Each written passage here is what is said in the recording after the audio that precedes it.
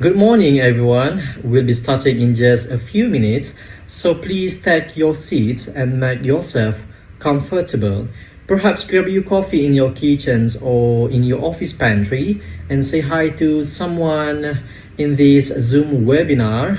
And we've got a wonderful program lined up for the day one of Sarawak Annual Librarian Colloquium Circle 2025. And we'll be back shortly to begin our session, so stay tuned.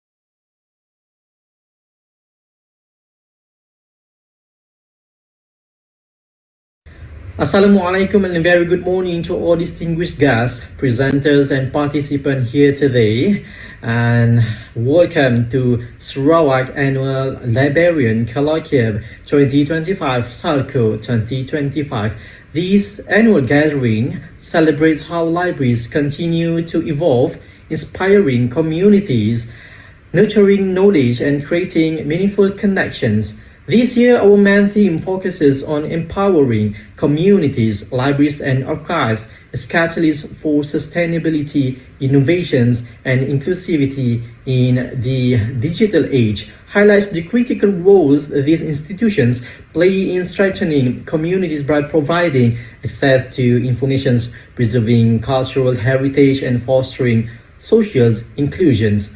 Libraries and archives serve as a vital hub for education, digital literacy, and lifelong learning, offering resources, technologies, and training to bridge gaps and promote equity.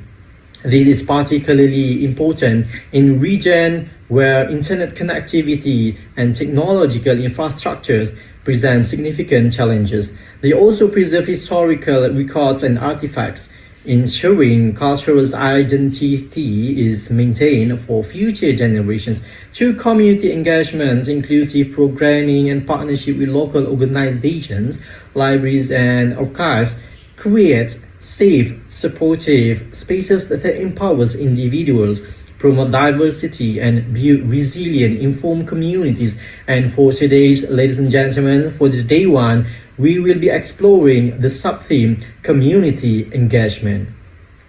Now, to officially open the Salco 2025, it gives me a great pleasure to invite Yang Berbahagia Datuk Dr. Abang Haji Abdul Rauf Abang Haji Zain, the Chairman Board of the Management Pustaka Negeri Sarawak, to deliver his officiating speech.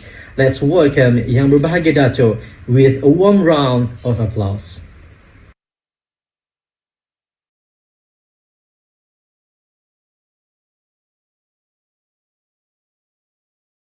Assalamualaikum warahmatullahi wabarakatuh.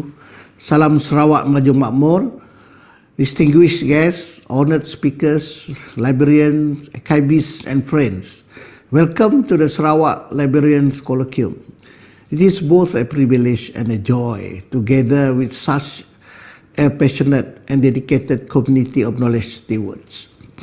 Our theme this year, empowering communities, libraries and archives as catalysts for sustainability. Empowering communities, libraries and archives as catalysts for sustainability, innovation and inclusivity in the digital age. It's more than a slogan, it is a call to action. It reflects our collective vision and responsibility in a world that is rapidly transforming. No longer are libraries and archives simply quiet centuries of books and manuscripts.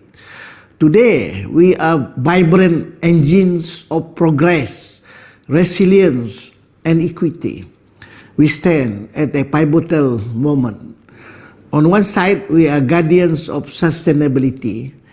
We preserve the cultural memory of our people, the stories, research, and wisdom that shape our identity. This preservation is not passive, it is active and intentional It ensures that future generations inherit not just data, but context, meanings, and heritage. In doing so, we support long-term societal planning and empower communities to learn from the past as they build the future. On the other side, we are champions of innovation. The digital age has ushered in both complexity and possibility. Our institutions are evolving into dynamic hubs of digital literacy, creativity, and exploration, from makerspace and coding workshops to virtual archives and AI-assisted research tools. We are equipping citizens with the skills and confidence to thrive in a knowledge-driven economy. We are no longer just curators. We are co-creators of opportunity. And at the heart of our mission lies inclusivity. The digital divide remains one of the most pressing challenges of our time. Access to technology and reliable information should not be a privilege. It must be a right. Whether someone lives in a remote village or a bustling city, whether they are young or elderly, able-bodied or differently able, our doors and our digital platforms must be open to all. Inclusivity is not an add-on. It is the foundation of social justice and community cohesion. Over the next few days, this colloquium will serve as a crucible of ideas and collaboration. Let us share our triumphs and our trials. Let us learn from each other's innovations and adapt them to our own context. Let us build bridges between institutions, between disciplines, and between people. Together, we can craft strategies that embed sustainability, spark innovation, and ensure inclusivity in every service we offer. Let this gathering mark the beginning of a new chapter, not just for our libraries and archives, but for the communities we serve. A chapter defined by courage, creativity, and compassion. Thank you and congratulations to the organizers. Thank you also to all our collaborators, participants, and speakers. Now, let the journey begin and have a fruitful Sarawak Librarian Colloquium 2025. With great anticipation for the inspiring conversation ahead, I now have the honor of officially declaring the Sarawak Librarians Colloquium 2025 open. Thank you. Thank you, Yang Berbahagia Datuk Chairman, for your inspiring words and for officially opening this year's Colloquium. Your message truly reminds us the important roles of the libraries plays in shaping inclusive and connected communities. And now we are honored to have with us today Yang Berusaha Dr. Muhammad Ghazali Fadzil, the President of Malaysian Librarian Associations, or PPM, to deliver his keynote address. Dr. Ghazali has been an inspiring figure in advancing the library and information professions in Malaysia. Let's give him a round of applause as we welcome him for the keynote address.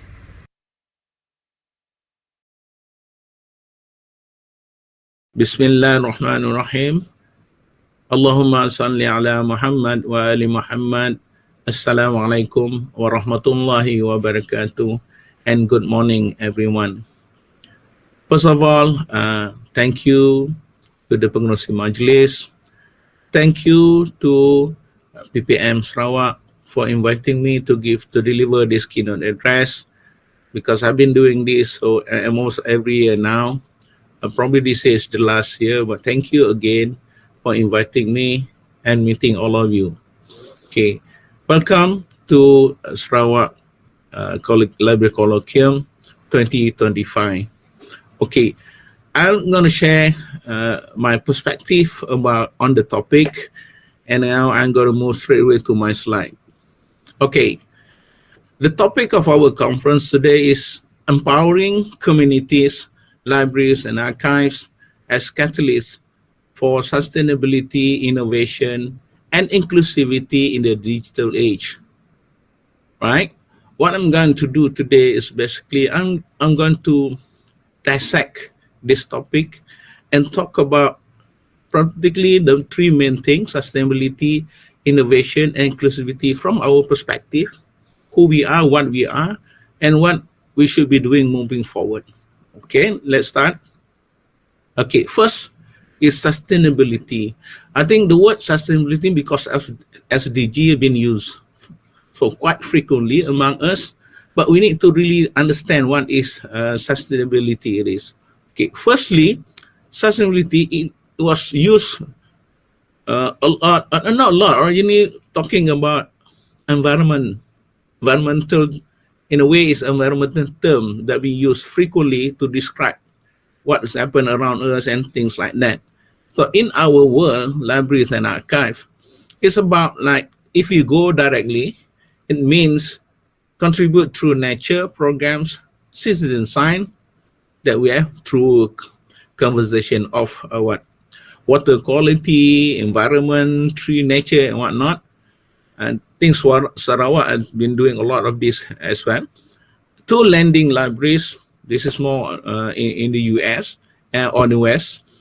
Seeds exchanges, repair workshop, and fight for throwaway culture, then dealing with culture. So initially, we know sustainability in that context. But since SDG been talk about for us to do something about it now. Now we need to understand from the different perspective what is SDG. Firstly, we need to understand us in the context of sustainability. Us, we are actually guardians of our collective memory, and we have been doing that all the while. Yeah? And also, we are talking about local knowledge and local wisdom. Sustainability in that context. So this is, in a way, is nothing new for us. Then we are talking in that context, we are talking about sustainability of resources. Our resources meaning books, material, archive, whatever it is, document and whatnot. Of knowledge in a bigger context. And of course, capability and capacity. We're talking about us. When I talk about capability, capacity, there's two parts of it. It's about us, whether we have that capability and capacity to sustain our work and to continuously being sustainable. And the other part is our services, whether the library or archive are actually sustainable for progress moving forward and whatnot. And of course, in a bigger, much bigger picture is our planet. But let me put it in that context so that we can understand what sustainability is from our perspective. Okay. If you have not realized it yet, we are actually the original sharing economy. From the beginning, the start in a big way on sharing is actually us. We start from day one, we exist by what? Loaning books, borrowing material and all that, and having event in our library, things like that. So that's what I mean by library. Actually, libraries are the original sharing economy. So we develop, we create, if not creating, we develop that kind of economy, sharing. So then the world evolved. Now, in that context as well, we need to understand, the diagram or the chart or the framework that I share on the left is talking about knowledge process. Okay? When we talk knowledge process, what we familiar with always is we acquire through acquisition process, perolehan and all that. At the end of it, we after we have processed our material, we store in a database, in a shelf, whatever it is, and then we disseminate. We are very familiar with this key processor because that's part of us. But in a knowledge process, the bigger context we should look at as well the rest, which I put in my framework, which basically share, create, seek, retain, reuse, use, and acquire. So this process is not sequential, basically, anyway. So you need to understand that.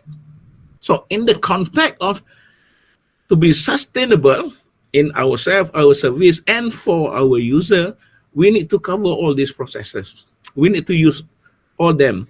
Yeah. So it's not just at the end that we are very familiar with acquiring, coring, dissemination. We need to spend a bit more time to be sustainable. Yeah. To also recreate that kind of knowledge. So that it will be a complete process. Okay. I hope you understand that. Okay. Now, of course, now, and the title also, Digital Age, we are also talking specifically about digital sustainability. So that's one we need to context specific. But I'll come back to that and explain where we are, actually how we should react and whatnot. All right. So the next big word is innovation. So innovation, I'm going to give my perspective in 4 points, yeah, 4 indicator for us. Firstly, is about the place. Think about library archive as a place. Okay. One, we always say that we are community's research and development hub or lab. Okay, that's very clear. We always say that. Secondly, access to technology. We are not only as a place, we do not only give access to information, knowledge, whatever, but also access to technology per se, so that people can connect or help people or user to connect to information, to other knowledge set to people and whatnot. Okay, then this is by the way, these are just example and something and I put up to explain. Yeah, but I'm not intention to be comprehensive because in terms of space we are actually been doing a lot more. Okay, and data for discovery, of course. Then of course, learning hub and lifelong learning. That's our mantra, by the way, and also the place about knowledge space. When we talk about innovation, what I'm saying is that in our place, we already being innovative in our work. For a place instance, when we talk about knowledge space, we design or we redesign our space. We have common area, we have sofa, we have nice view, nice sitting area, that to make it comfortable for our users. The next is actually when we introduce methods and tools. Methods and tools, for example, we provide skill for the future. We use certain skill for the future for our user. Secondly, another example, a good example is makerspace. We have makerspace in almost a library now, public library definitely. Yeah. So why are we using the makerspace? That is actually a tool, method, innovative way, a method, a tool that we use for our user to use. And secondly, I'm talking about citizen science just now. Citizen science is a method. Okay. So we are using creative, innovative methods and tools for our users. Next way, gaming. I don't have to explain about gaming. I think you understand. The third component of innovation within us that we are already doing and have actually in terms of the program that we run, event. Okay, somehow, for example, innovative competition. We do have KIK and whatnot. In fact, in terms of our services, we have night at the library, for example. And in terms of another competition, we have Indie Lib. Yeah, every year we have this. And last but not least, which is the most important thing in terms of innovation, is ourselves. Us as a librarian, the person. So what I'm saying, innovation is not a new thing for us because we have done it, we are living it in this perspective. The place, the methods and tools that we use, the program and event. So later on, I relate sustainability, innovation, and the third part. Yeah, and The third big word is inclusivity. What are we talking about here actually? For us, inclusivity is great. For us librarian, we are great equalizers. Equalizer means bring equity. Equity to knowledge, equity to education, equity to access to information and all that. You are equitable. We inclusive. Our inclusiveness is we do not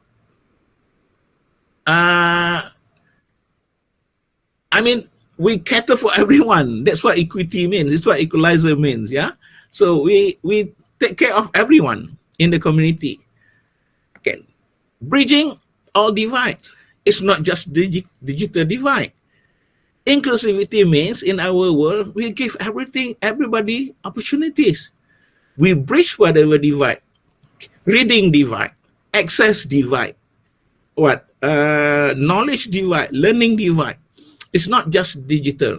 But please remember that when we talk about inclusivity from our perspective, remember that we cater to all types of users, every users in fact. Yeah. If you are a public library, even more. But if you're academic library, you tend to be specialized, but still, you are equitable in that knowledge asset. You are bridging all kind of divide, even in academic setting. You are doing that. Okay. Then you, in other case, or that we all know already, we are combating misinformation and illiteracy. That has been our raison d'être. I mean, in French, that reason to be alive. You know, our reason being is doing that actually. So, inclusivity also means we are also telling every story, everybody's story. OKUs, rurals, town people, and the culture of the people, and everything else. Actually, those of you guys mostly in Sarawak and Sabah, we're talking about diversity in that culture. So every story need to be told. Every story need to be shared. So that's what we are. That's what we means by, for us, inclusivity. And the biggest word today is actually social inclusion. What is a social inclusion to us? Social inclusion, there's two parts of social inclusion. Social inclusion for us, to our stakeholders or user is this. We have to provide what are the services, what are the product, information product definitely, or learning product, whatever it is, for everyone. That's great equalizer, bridging all divide, communicating, and telling every story. So that's one part of social inclusion. Meaning to say, in our services, in our product, we include everybody. The other part of social inclusion is actually our stakeholders looking at us. Meaning, for our stakeholders, our users, yeah, social inclusion means is that libraries, we as libraries and archive, continuously always exist in their life or need to be in their life. Okay, that's what social inclusion means. Inclusivity in a big whole scheme of thing to us. Yeah, remember that. That's when we talk about something, there's only two parts of it: us and our users. So we have to think it that way. So social inclusion is that. So please, I think we need to really understand the meaning, the proper meaning, and what have we been doing so far. And later on, until we give a short reflection and we'll talk about that. Okay, now, the other word that we use in our topic, empowering librarian and libraries and archive, is the word catalyst. Okay, let us dissect catalyst. In a Oxford dictionary, it says catalyst is either a person or thing that precipitates an event. And they naturally give an example like Prime Minister's speech acted as a catalyst for debate. You know, so someone say or something happened that precipitate an event. So the keyword that an event. Okay. The second meaning to that is that a catalyst is a substance that increases the rate of a chemical reaction without itself undergoing any permanent chemical change. Example, chlorine acts as a catalyst promoting the breakdown of ozone.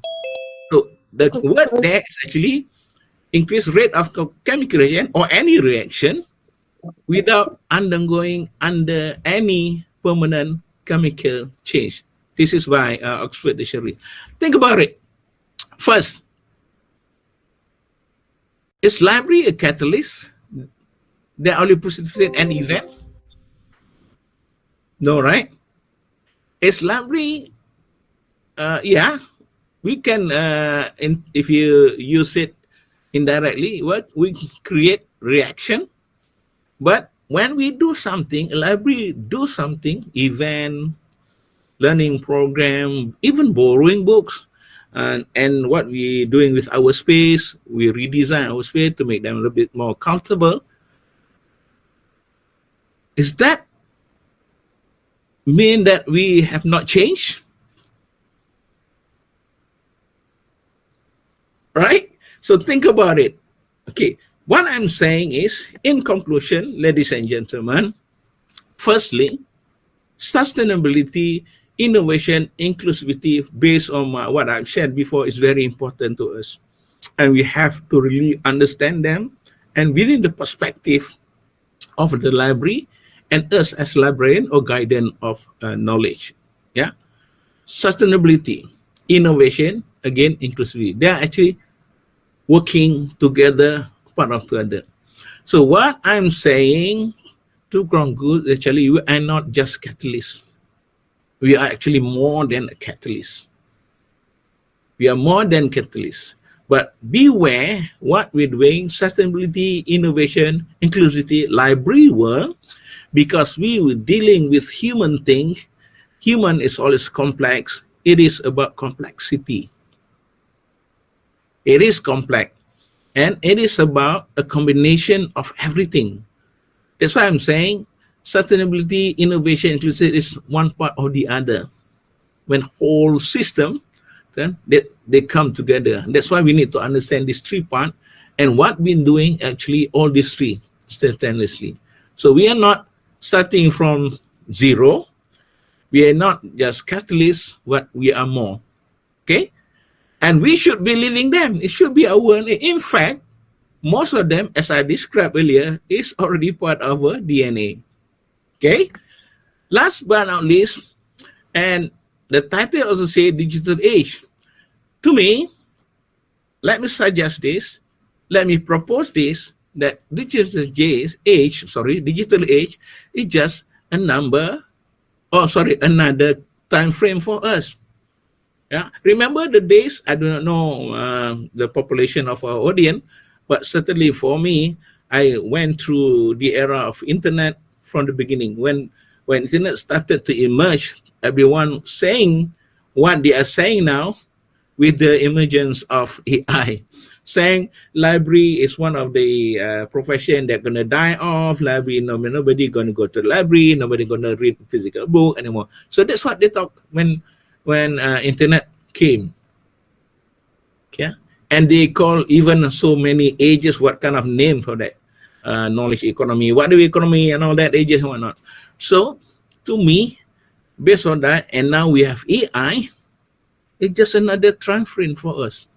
AI, as like the internet's proven to be just another tool for us. So moving forward, what do we need to do? So I'm suggesting that we have that in a DNA that we continuously learn and evolve. When we learn and evolve, we actually create a proper understanding, like what I'm suggesting today about sustainability, innovation, and inclusivity. It's already part of our A. That's what we're doing actually. We already been doing that. So we understand, we learn, we evolve, we adopt. Then we adapt. And the most important thing that we need to do now and continuously is actually to lead. Stop degrading ourselves. Stop using the word like we are supporting, we are All the word support is actually degrading ourselves. We are saying to the world, we are just good at supporting things. No, we are not. We are leaders, proven already. Proven, like what I'm saying about sustainability, innovation, inclusivity just now. We are the original sharing economy. So more that I can say. So that's why leading strategically, being strategy partners is very important to us. So my advice, ladies and gentlemen, to conclude, finally, no matter what's the age that we are in now, we are actually doing all the three, even more. Then we start to understand ourselves, put us in a better light ourselves, to get to understand really what we are, who we are, and take the lead for whatever is coming ahead of us. I mean, take the lead, bring our communities, bring our societies, take our societies to next frontier. We always need to hit that frontier, not being a follower, not being a doctor, whatever. For example, we keep on talking about best practice. Best practice is only best at certain time frame. But what we need to do is always need to hit that curve. Always need to hit that curve, meaning to lead to a new frontier with a good strategy. Ladies and gentlemen, thank you very much for the time. I think I've taken longer than I should be. Thank you very much once again to the community, PPM Sarawak, family, for inviting me, giving me the space time to share my perspective on the topic given. Thank you very much for all of you for attending this colloquium. And I wish all of you all the best. Keep on learning, keep on trying to understand things like AI, adopt, adapt, and lead. With that, thank you very much. Assalamualaikum warahmatullahi wabarakatuh, and have fun learning. Thank you.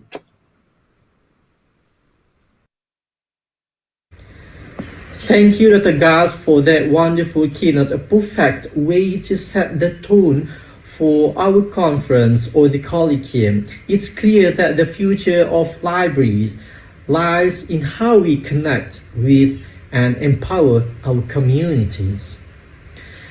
We'll take a short break before we move into our next sessions. Feel free to stretch, chat with your fellow participants, or grab a quick sip of water. We'll be back in just a few minutes with our moderator for today, Miss Amanina. Let's take a break and see you after this.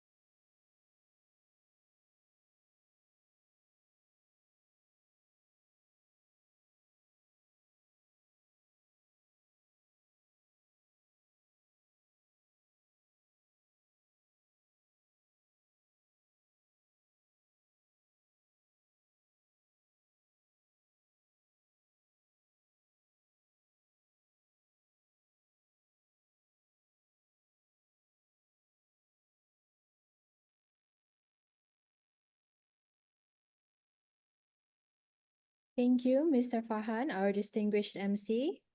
Assalamualaikum, salam sejahtera, and a very good morning to our distinguished speakers, participants, and everyone joining us today. My name is Nur Amanina Mastani, and together with my moderator partner, Marilyn Albert Matu, we are honored to be your moderators for this morning's session.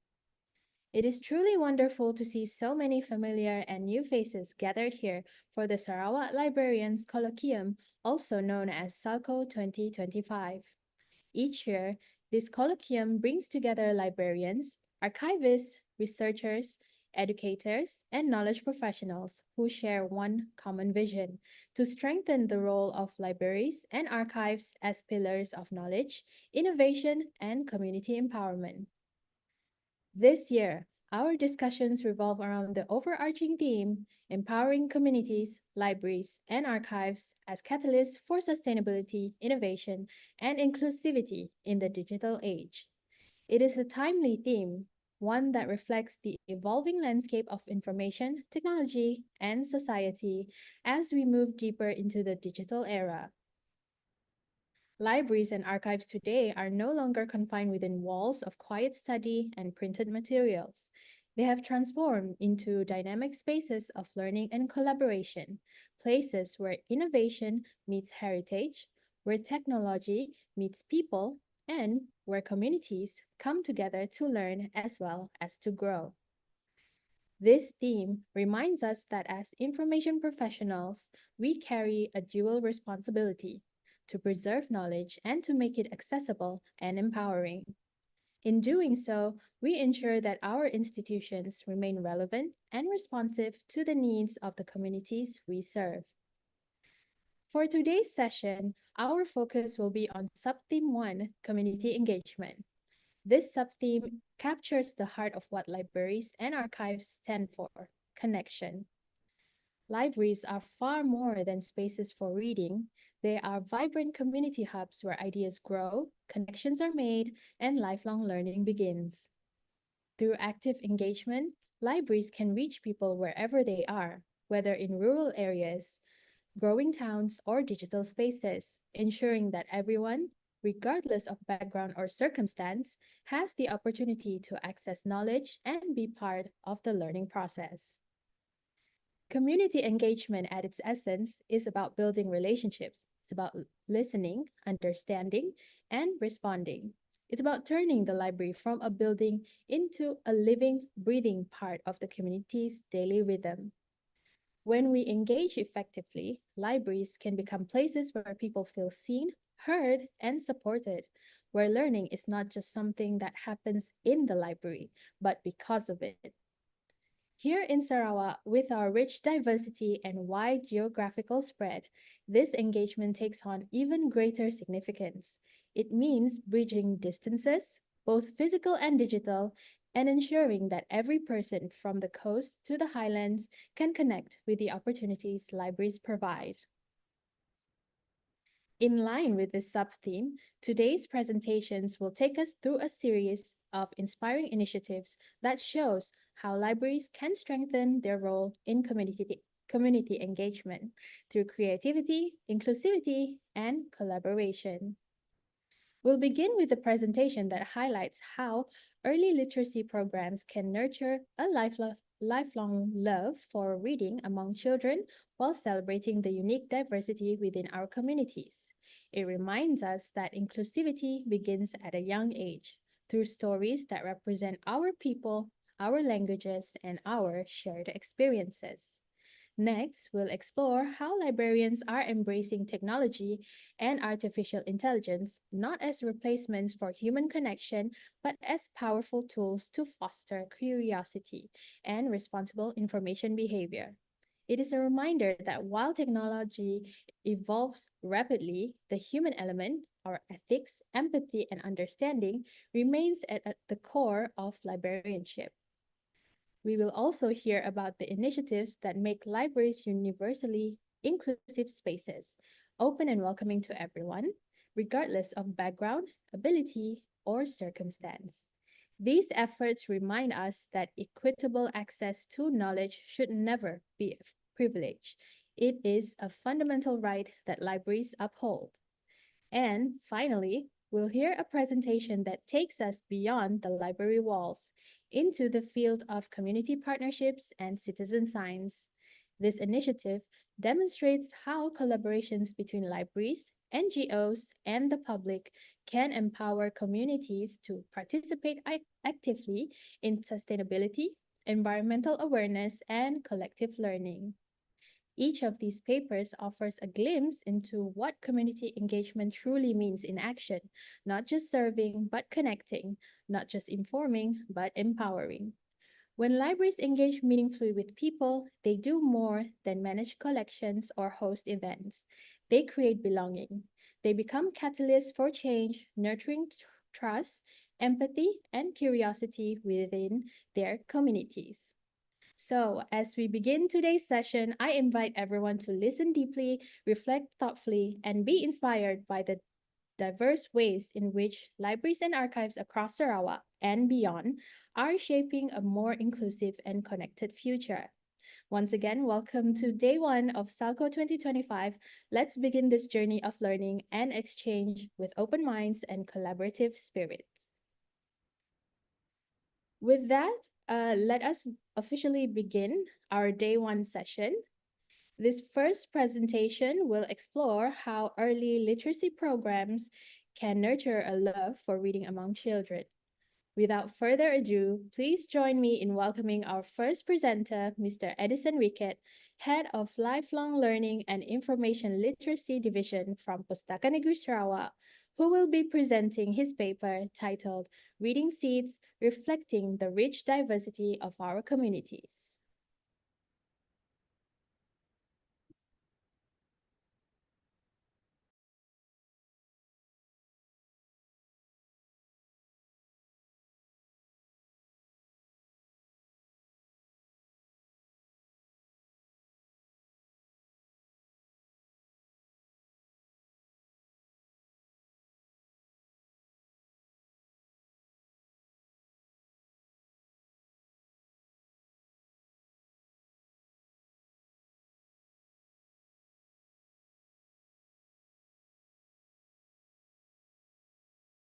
Salam sejahtera and a very good morning. It is my privilege to present to you today the story of Reading Seed, Sarawak Early Childhood Literacy Initiative, which has become both a community movement and international model for building reading culture from the very beginning of life. The title of my presentation is Reading Seed, Reflecting the Rich Diversity of Our Community.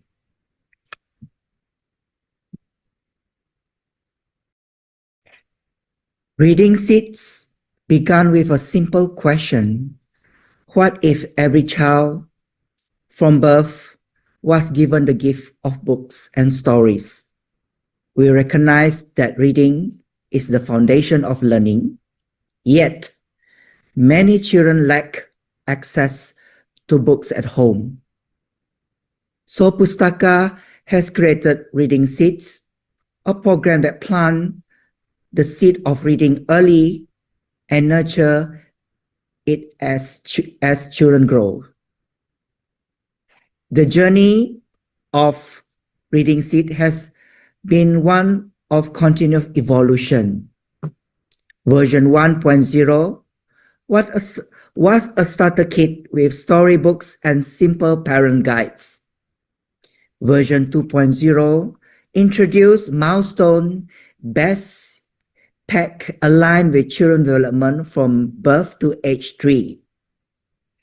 Version 3.0 integrate cultural element story illustrations that reflects Sarawak diverse community.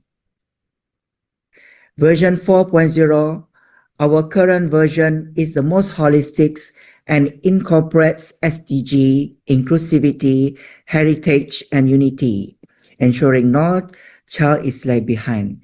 As you can see, Reading Seed involves an ecosystem of building the reading culture. It involves early literacy, child experts, doctors, librarians, nurses, parents, and the libraries, book illustrator, to be part of the ecosystem of Reading Seed. And each version has grown in richness, but the core remains the same: to build reading habit from day one.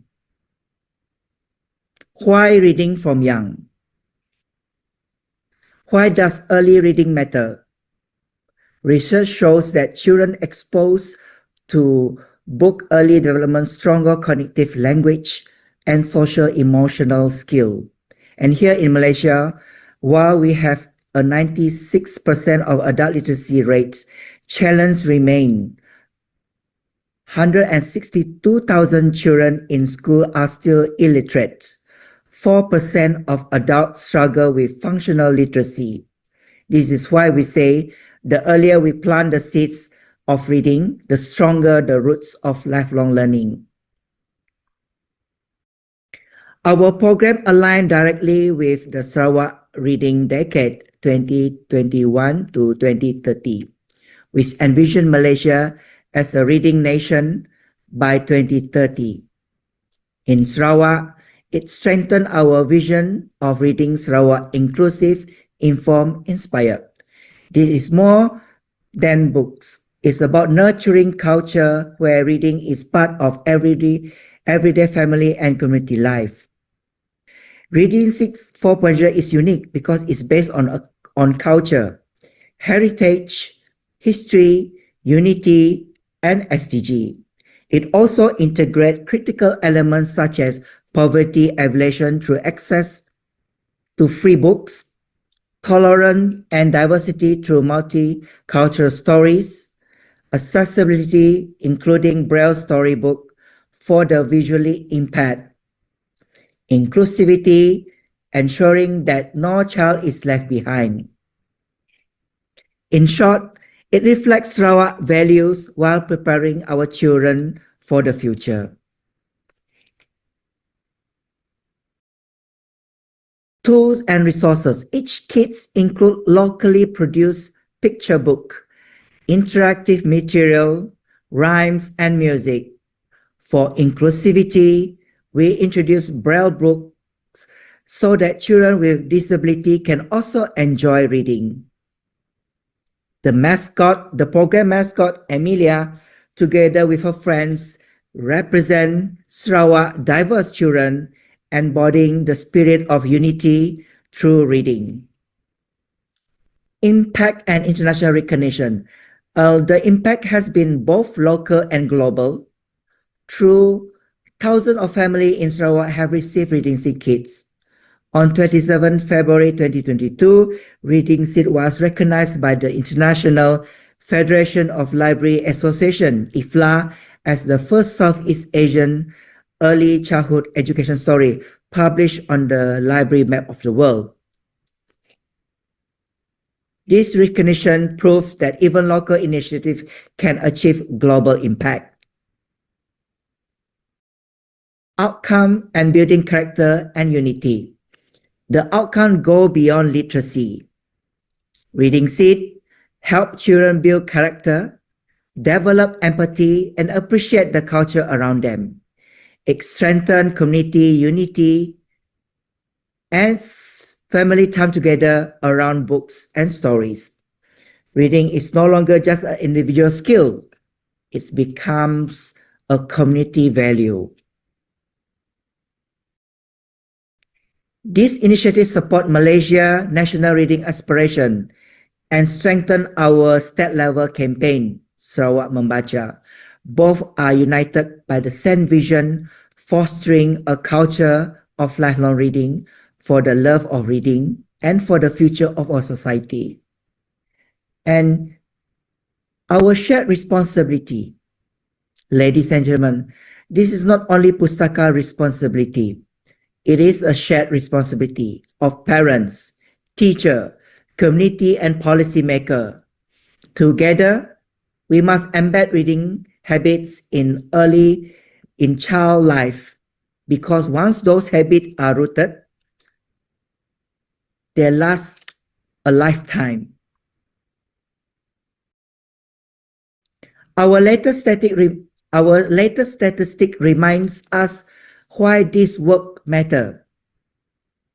Malaysian read on average 24 books a year, spending around 9 hours a week reading.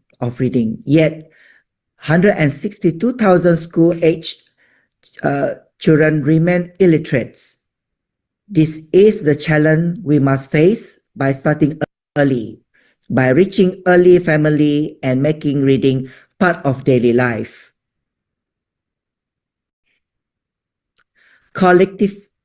responsibility, raising reader together. This is why we say raising reader is a collective responsibility. Our campaign, hashtag raising reader together, capture this spirit. Because only when we all play our parts, we can ensure that every child, regardless of background, grow up with the joy of reading. In conclusion, Reading Seeds is more than a literacy program. It is a movement to build a reading culture for Sarawak and Malaysia, for culture and heritage to inclusivity and SDG, from family homes to international recognition. Reading Seeds shows what is possible when community united for literacy. Let us continue planting the seed of reading, nurturing them with love and care, and together we will raise a generation of readers who are informed, inspired, and inclusive. Thank you.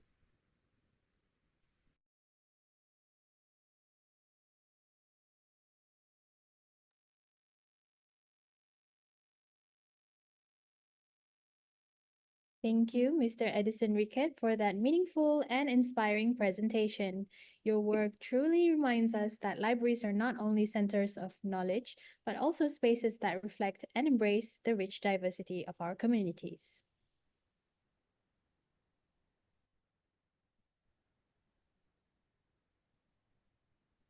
A very good morning to everyone who is watching us live through our webinar platform, as well as to our audience joining via Facebook and YouTube. Thank you for being part of the Sarawak Annual Librarian Colloquium 2025 for day one. We will now proceed to our next presentation, which explores the fascinating intersection between technology, human curiosity, and responsible information behavior. This presentation highlights how libraries play a vital role in guiding communities towards ethical, informed, and responsible engagement in the digital era. The paper is titled Artificial Intelligence and Human Curiosity: How Libraries Foster Responsible Information Behavior Through Community Outreach. I am excited and delighted to introduce the distinguished team behind this presentation. We have Lilian Baunpulo, Nora Hi Xiaofong, and Norhawani Bintirani. Please stay tuned and enjoy their insightful presentation.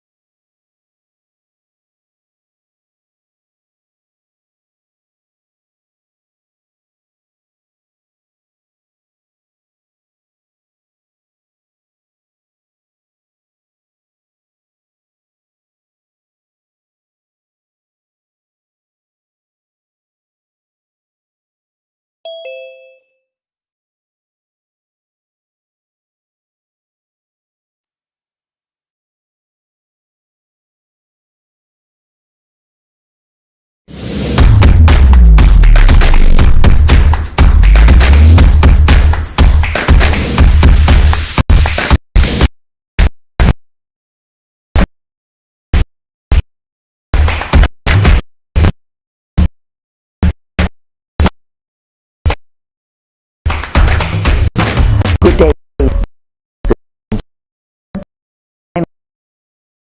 from Carnegie Sarawak. And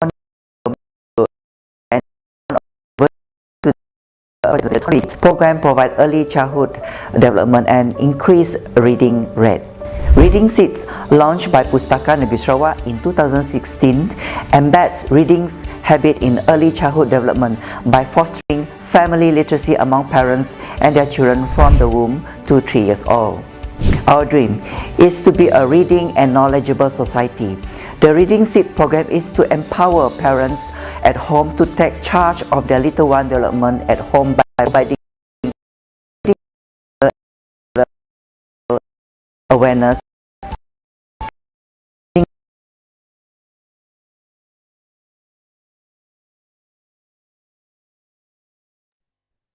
Ladies and Program is an gentlemen, we're now experiencing a technical problem, but you can leave us any comment related to today's sub-theme called community engagement in the comments section below.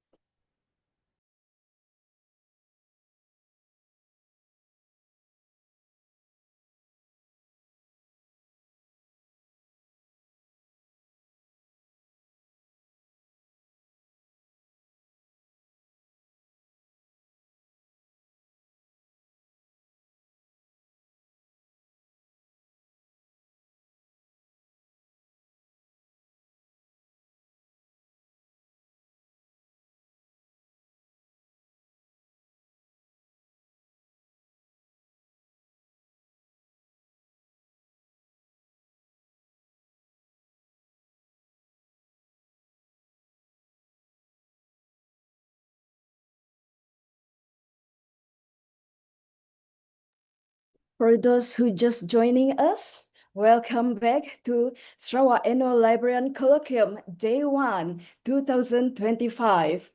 Kindly follow our official social media, Pustaka Negeri Sarawak, and other platform. For another branches like Pustaka Negeri Sarawak Miri and Pustaka Negeri Sarawak Sibu.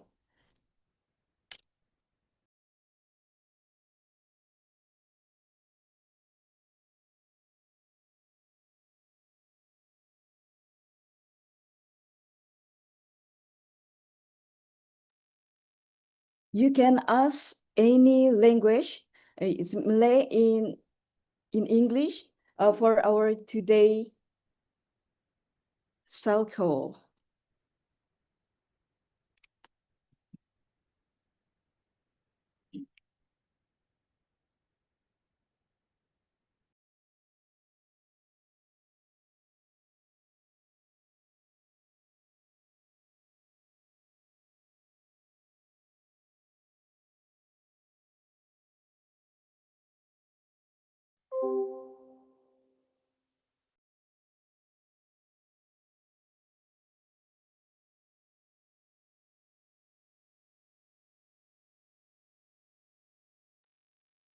I can see sea of people in the webinar chat saying good morning, everyone.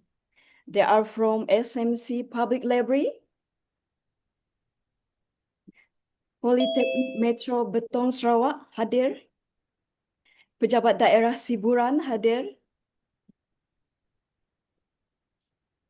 Thank you for your support and kindly share this webinar to your friends because we just started our day one. We still have another 2 days to go. We're gonna start at 9 until 12.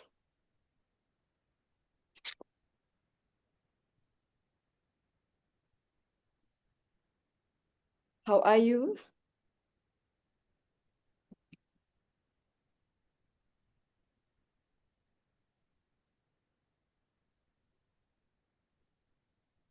Yeah, you can leave us any comment or your thoughts about today's Salco session. Perhaps the presenter will share their own thought regarding their area of expertise.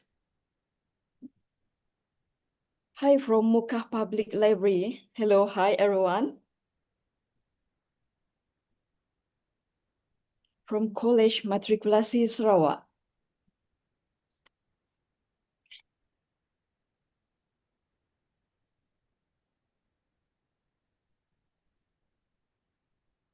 For today's sub-themes is about community engagement.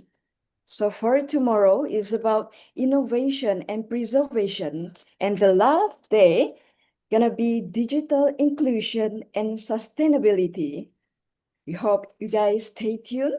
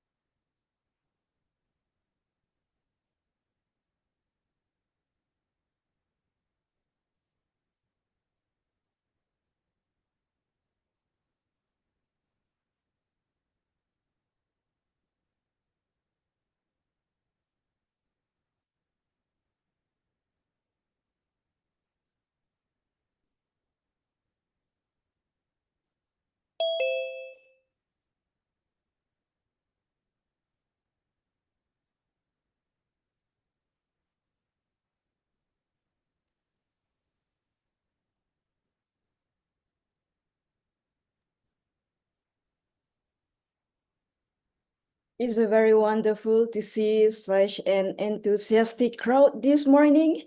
a true reflection of our thriving library community here in Sarawak. We hope we can keep this momentum until at the end of the day.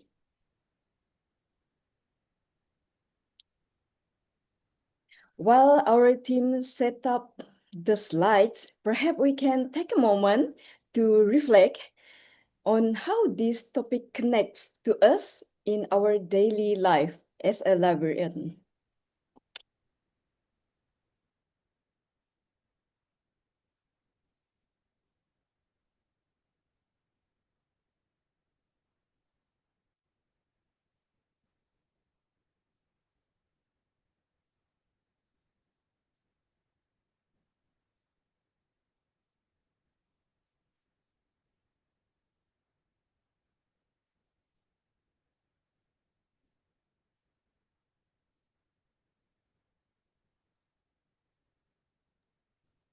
Okay, so I think due to the technical errors, while they rectify the problem, I think we will now move on to our next presenter.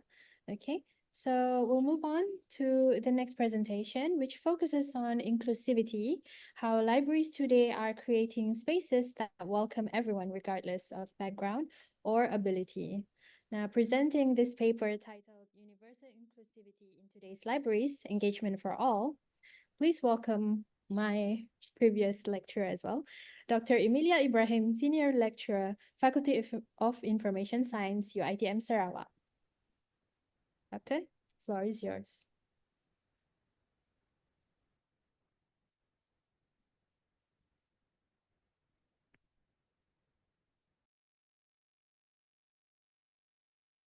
Sorry, Doctor, sorry. I think we cannot hear any sound from you.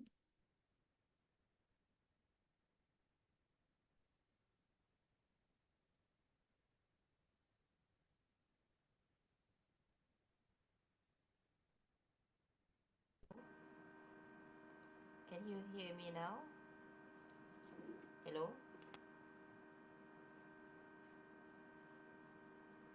Can you hear me? No?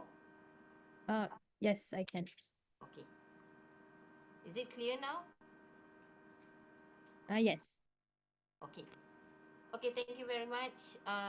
Thank you, Manina. Thank you, Marilyn, our co-moderators.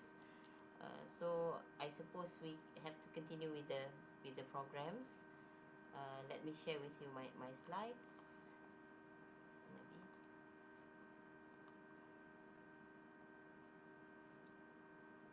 Okay, Assalamualaikum and good morning again to everyone, all the audience of this presentation.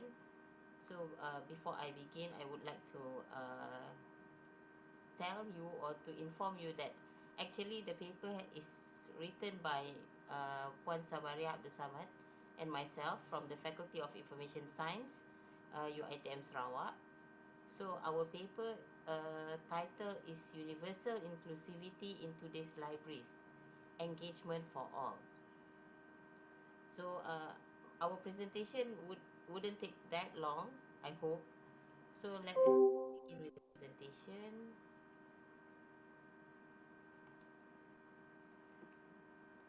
Okay, so as an introduction, we always see libraries as a community foundations.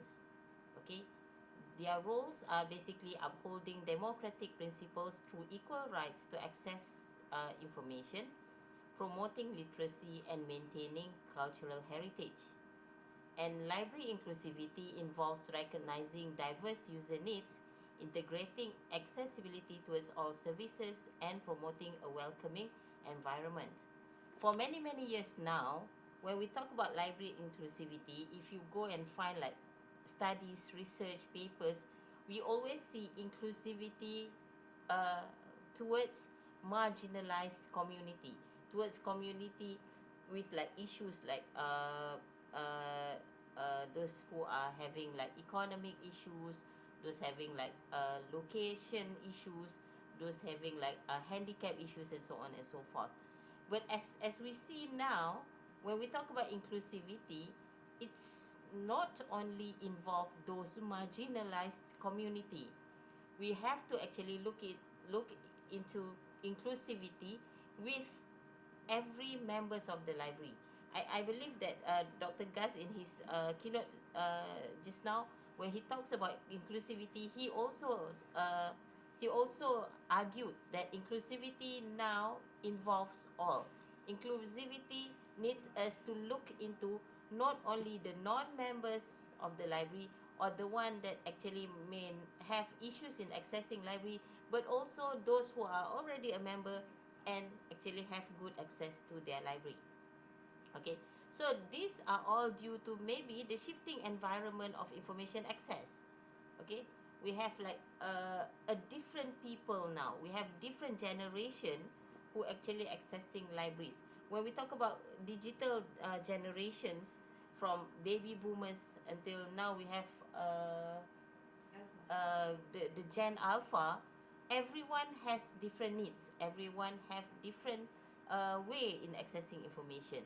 So all those shift in environment would actually affect the services and uh, the condition that library may face in accessing in providing to their users.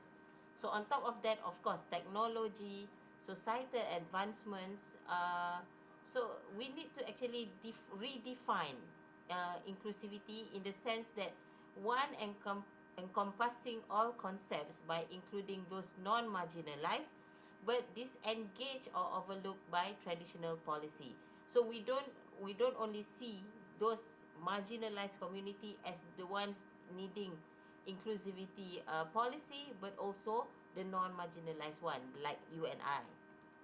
Okay, so when we talk about the shifting landscape of library engagement, the Department of Culture, Media and Sports in the UK, they actually had a research in 2035 where the research report highlighted a few barriers to non-user engagement. So it means that they are among the barriers that we see as things that make non-user uh, unable to engage with libraries. First of all, lack of awareness. Actually, if you look at the non-users engagement issues, I think it's quite a similar issues have we have been seeing for many years. But perhaps the different landscape of library access nowadays, with the digital environment, with the online and offline access and so on, so the issues are still quite the same. For example, the first one of lack of awareness. Lack of awareness towards library might be due to lack of promotion or lack of communication, because of, I believe at the moment, we still rely on a similar way of approaching users. We have all the maybe websites, we have all the announcements, perhaps social medias and so on, but the way we approach our users might not be, how we say, might not arrive to the user in a way that we might want them to actually understand. And then the next one is an inconvenient access. Inconvenient access might not refer to physical access. Sometimes with online access, we still have like issues in understanding, and sometimes our maybe algorithms or uh, our search engines, or the way we actually understanding users needs or users questions might not be as what they are expecting, because users nowadays, they want everything to have or to come to them in the way that they want it to be easy. So sometimes if they need to go through a few different process to access something, they see it as inconvenience. Okay, and then the next one is perceived irrelevance. I think for many years we have these issues. Some people, when there are new technology, new things coming in, new situations, for example, like now we have like AI, we have all those applications that we can rely on. People see libraries as irrelevance. they don't see whatever that being provided to them is something that they couldn't find somewhere else. Perhaps they think that what they have got on the other applications and services might be superior to what libraries can give them. And last but not least is outdated perceptions. Okay, this is another big issues that libraries need to think about or to consider. uh, Still many people are still looking at libraries as outdated. Those who haven't been to the library are not aware of what is available. Therefore, they will actually see libraries like the one that they see maybe 10 years, 20 years, or 30 years ago.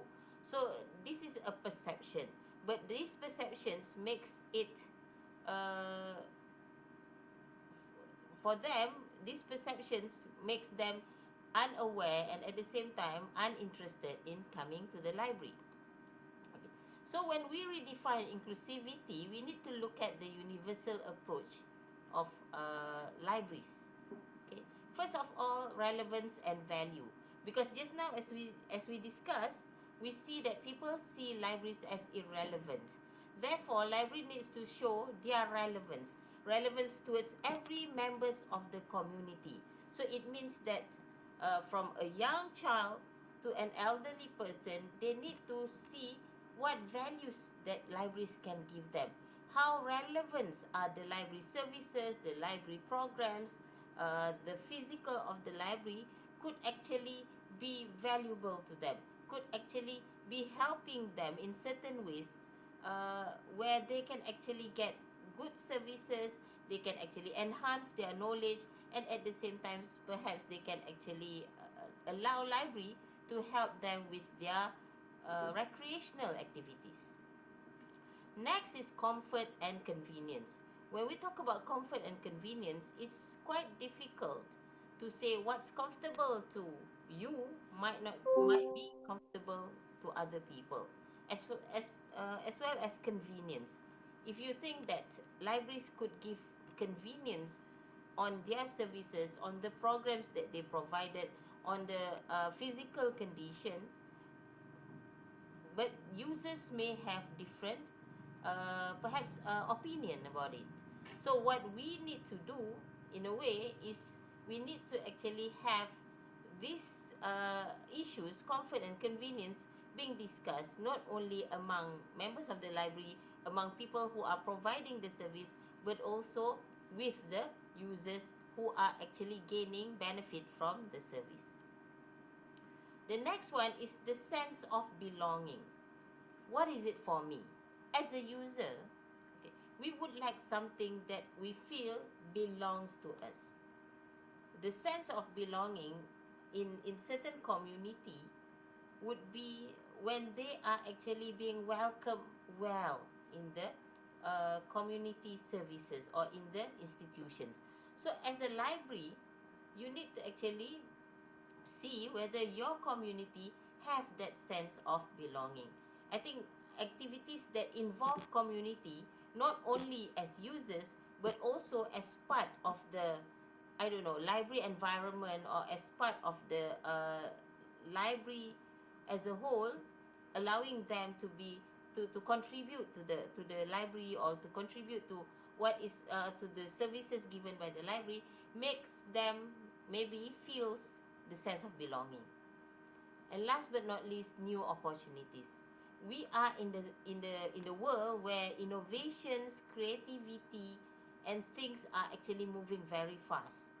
So perhaps what people need is actually to be given opportunities to develop themselves, to grow, to actually allow them to innovate and create new things with the assistance and help of the library. So with that, there are few pillars of transformative governance that we can actually look into to show that we are actually going towards universal inclusivity. Okay, first of all, participatory decision making. Okay, so perhaps when we do decision, when the library wants to make a change perhaps, or move into something or a decision towards a management or policies or governance, perhaps we need to have a representation from all members of the community, so that you would know that when you are making a decision, it involves everyone in the society, and the decisions that the libraries make perhaps is actually a consensus between the provider of the services and the user of the services. And next is transparent policy development. This is very important. When we are developing policy, many times that we might have issues in being transparent about our policy. Many libraries may have like certain kind of policies. Many institutions, not only libraries, they might have certain kind of policy. But when the policy are not accountable, in the sense that they are not transparent and they are not being shown to the community or to the public, so we becomes like the community that rely on hearsay. It's like, oh, we cannot do this because I think the library say that you cannot do this or you can do that, because I think they do that. So it's not practical if we don't have like a transparent and accountable policy where our users are aware of. Okay, next is flexible and user-centered policy. Okay, again, when we are a provider of a service, our main center, of course, the user. So when we are doing policies, procedures, rules, and so on, we need to actually be flexible and try to accommodate our user as much as we can.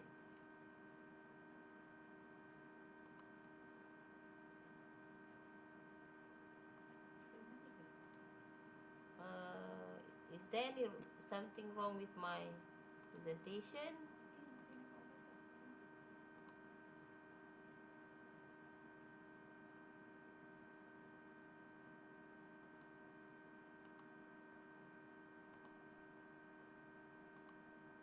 Can I continue, Amanina? Is there anything Yes. wrong?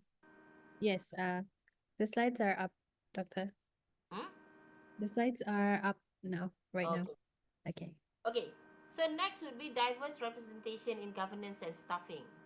So similar to with participatory decision making, in governance and staffing, there should be a diverse representation. It means that we cannot just have like I don't know, staff or even the management from one group of age perhaps, or from one group of community. We need to have a diverse representation to ensure every members of the community are being represented, so that it's easy for like for the staff and the people in the library to serve the whole community. Okay, sorry. And last but not least, designing inclusive activities and services for all. So for this, there are a few things that libraries can look into. For example, the first one is physical spaces and comfort.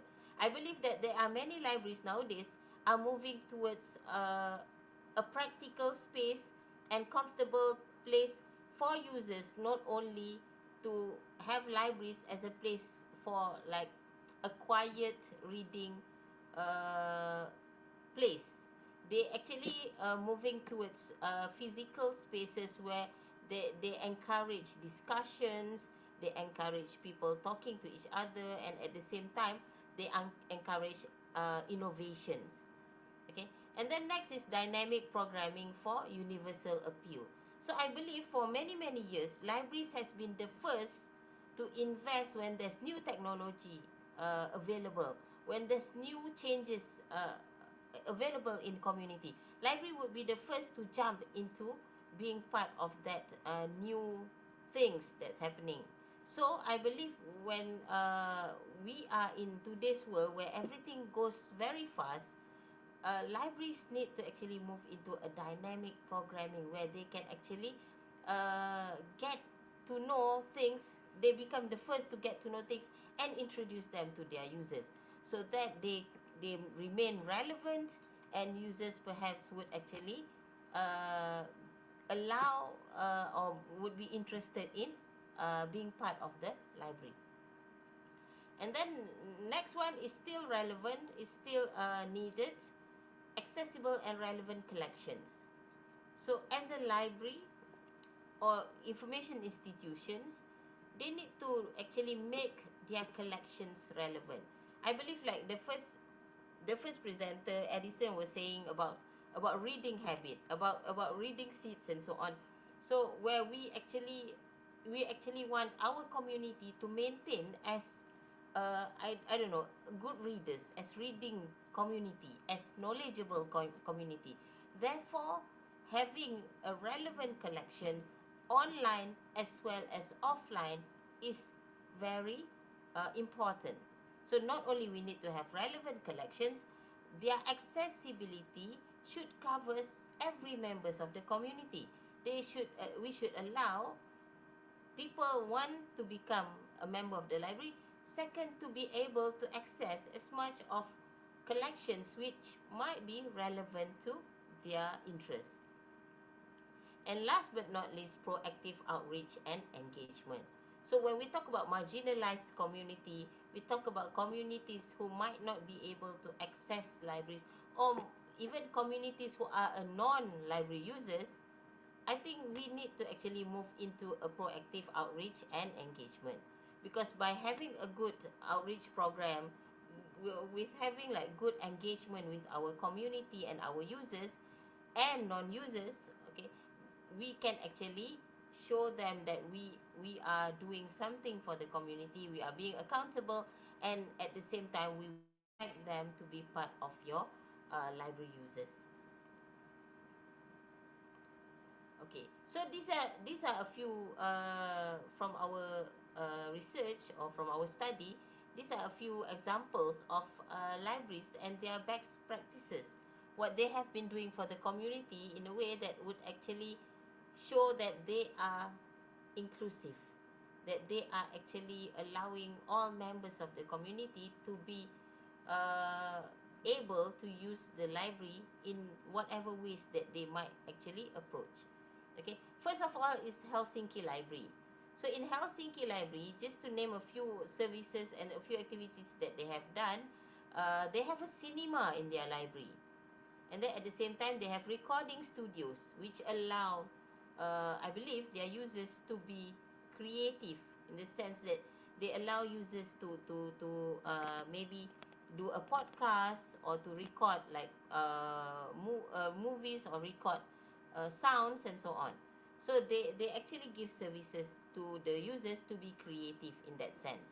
They have gaming rooms, because I believe like users nowadays, they love to like play games and so on. So they have a dedicated gaming rooms, so that if you are in the library, if you don't go for like serious reading and whatnot, perhaps you can actually do recreational activities like playing games. And then of course flexible layout. So again, layout is important in a way that they would allow people to have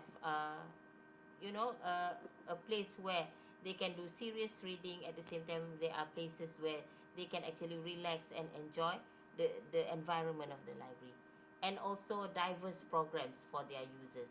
So they actually updates their users on their websites on whatever programs that they have, and they allow users to propose for activities that they might be interested in.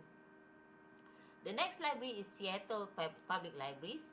Okay, they have innovative and user-centric approach. Okay, so whatever that they want to do, they will try to actually uh, put the users first. Okay, so whatever approach that they're having, of course, is user-centric. And then next one is policies on food and drink. They actually change their policies on food and drink to allow libraries to be more accessible, and at the same time for people to actually spend more time in the library, because of they allow food and drink in the library. But of course they might have some limitations on certain place within the library. And then flexible study zones. So we have like study zones, a different kind of study zones, which actually allow different kind of users to actually use library venue, okay, and well updated websites. This is again, it might not seems important, but I believe this is another way of people aware of what the library has, what the library do, and in a way that actually show people that the library is actually an active institution. Because when you are actually updating your activities and so on your websites, people know that you are being active internally within the library as well. Okay, the next library would be Qatar National Library. So they have inclusive policy and diversified programming. So they actually, when they are creating policies and programs, they would actually ensure they are diversified. They cover all members uh, of the nation, or all members of the community. And then of course they have cutting edge technology. So whatever new things that's happening online or digitally, they would actually invest in the cutting edge technology. And then at the same time, they also have cultural and educational events. So it means that with, even though they are moving forward to a modernized situation, or to a modernized services, but at the same time they maintain the cultural and educational events to ensure that their users are actually still being being promoted, or being educated with their local culture and local heritage. And of course, last but not least, they have a large variety of collections. Like many other libraries, collections are crucial, and they ensure that their collections are variety, to ensure all members of the library could actually get access to a suitable and relevant collections. So, Malaysian Library towards universal inclusivity. Actually, we in Malaysia also have been moving forwards toward an inclusive approach towards library users. So, what our libraries have been doing, first of all, of course, accessibility towards physical and digital library. So, we opened many access. We are allowing many people to actually get access to our physical library as well as digital library. And then user comfort and experience. So many libraries are actually what we can renovating their building, or changing their interior, to ensure that users get most comfortable experience and most convenience experience within the library. Okay, and then next is diverse programming. Of course, it's important when you are actually having a library and the service. Of course, you need to see what are the needs of your community. So most libraries in Malaysia are moving towards offering diverse programs to ensure community uh, can utilize all the programs that they offer within their libraries. Okay, next is collection diversity. So again, similarly with the Qatar National Library just now, we talk about collection and the variety of collection, because of we have different kind of users with different approach. Some are actually likes to have, the physical book to read.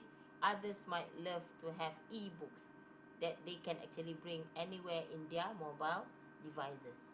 Okay, and then community engagement. Of course, we have like outreach program. We are having like friends of libraries. We have activities with the community. We get involved with associations and society, where we try to engage to as much members of the community as possible. And last but not least, of course, language inclusivity. So even though that we have like most libraries would have majority maybe collections in Malay and English, we also have and ensure there are collections in all the different languages that might represent the community within our society. So as a conclusion, okay, So the study shows that Malaysian libraries are displaying a greater commitment towards universal inclusivity by modernizing their buildings, expanding their service offerings, diversifying their programs, and improving user comfort and convenience. So examples from libraries around the world show that such a shift is not only possible but also necessary. Libraries should genuinely thrive as vibrant, welcoming, and important community assets by incorporating inclusion into all aspects of their operations, encouraging active learning, creativity, and connections for all generations. So basically, inclusivity for universal usage or universal access is not only doable, it's a must. Thank you. Thank you, Amanina. So I'll send back. I'll give you back the mic, basically. Okay, thank you very much, Dr. Emilia Ibrahim, for that thought-provoking and inspiring presentation. Your message is a timely reminder that libraries are not only about information access, but also about ensuring that every voice, every reader, and every learner feels represented and valued. Thank you, Doctor. Okay, so now back over to you, Marilyn. Thank you, Evelina. Ladies and gentlemen, we were encountering some technical issues with the video playback. We will try once again to play the video presentation. If the issue continues, we will proceed with a live presentation instead. Thank you for bearing with us.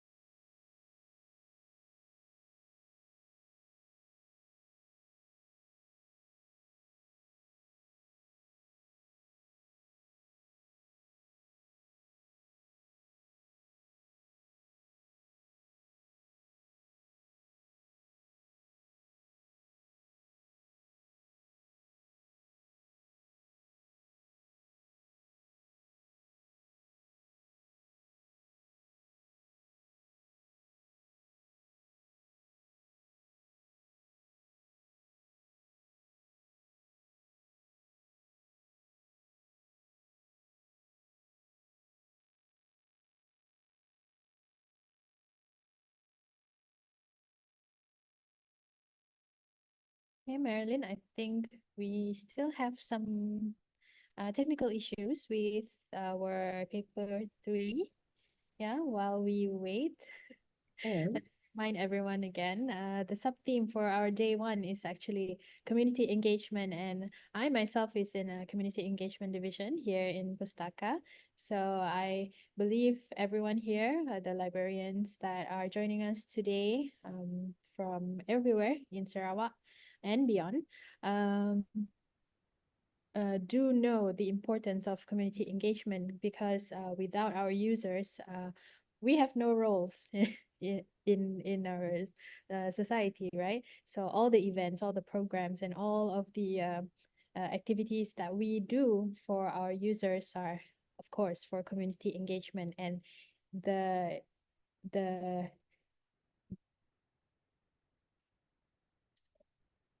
the significance of community engagement cannot be denied. And of course, now I believe, since we cannot do the video playback, I think we will have to have the presenters to present live. Okay, so yes, we will hand it over to our presenters. Please, the floor is yours.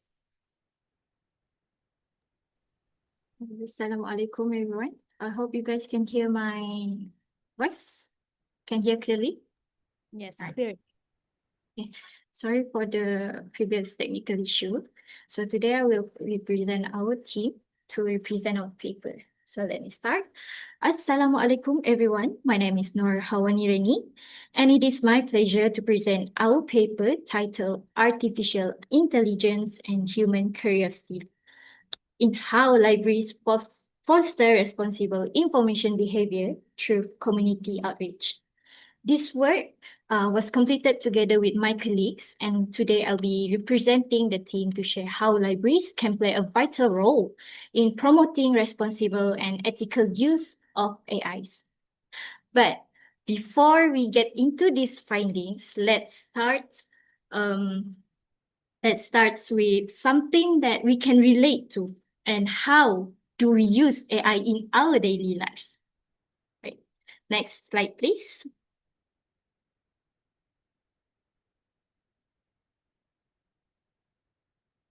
Okay. Let me start with a question. How many of you have asked ChatGPT a question this week, or maybe even today? Have you guys? Okay, I see. Okay, it's fascinating, right?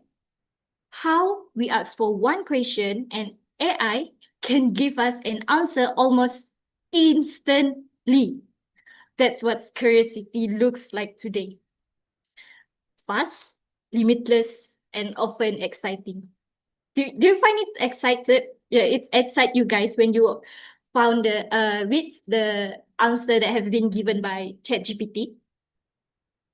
I do also find it exciting, but still, we need to use this. But curiosity in the age of AI comes with risk.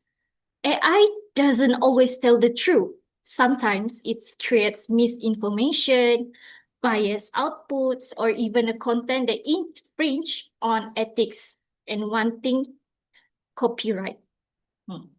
For example, we always hear about our students nowadays generating their entire assignments using ChatGPT. Do you guys think that they really understand the material that they're doing? Or they just put it on ChatGPT and generate everything? And do you guys still remember about the trend, Ghibli AI trend that used to be famous during Idul Fitri before? That most of the people around Malaysia at that time used AI to mimic the art style of Studio Ghibli, which later sparked on copyright issues and ethical debates. So, while AI can spark creativity, we can see that it can also lead to misuse. And that's where libraries come in as a trusted guides that helping us explore curiosity, responsibility, rather than recklessly. Okay. Next slide, please. Okay. Now that we have seen how curiosity can sometimes backfire us back, and let's look at why this issue is truly matters in the bigger picture. Okay. For our study matters because of three simple reasons. The first one, AI is being adopted everywhere faster than the technology before us. So second, the misuse is growing. Every day we heard about plagiarism, deepfake, scam, and the copyright violations. And the last one, the third one, libraries, we see that libraries have the potential to bridge this gap, where we can connecting curiosity with responsibility and technology with ethics. In short, I can say that libraries stand at the crossroad of innovation and integrity. Next slide, please. So, what were we actually trying to achieve for this paper is we had two main goals, which the first one is to understand how AI affects human information behavior. Looking back at this word behavior, this word can describe the things that we can't even predict. People's behavior, something that we can't change, but we still can manipulate a little bit. We put a good manipulation in behavior. So in this part, we can see how people search, how they evaluate, and how they share information. Looking back at using social media, they look at this one news. Do they read, or they share just by reading the headline? See, that's the behavior that we are talking about in this paper. And the second one is to explore how libraries can foster a responsible AI literacy through community outreach.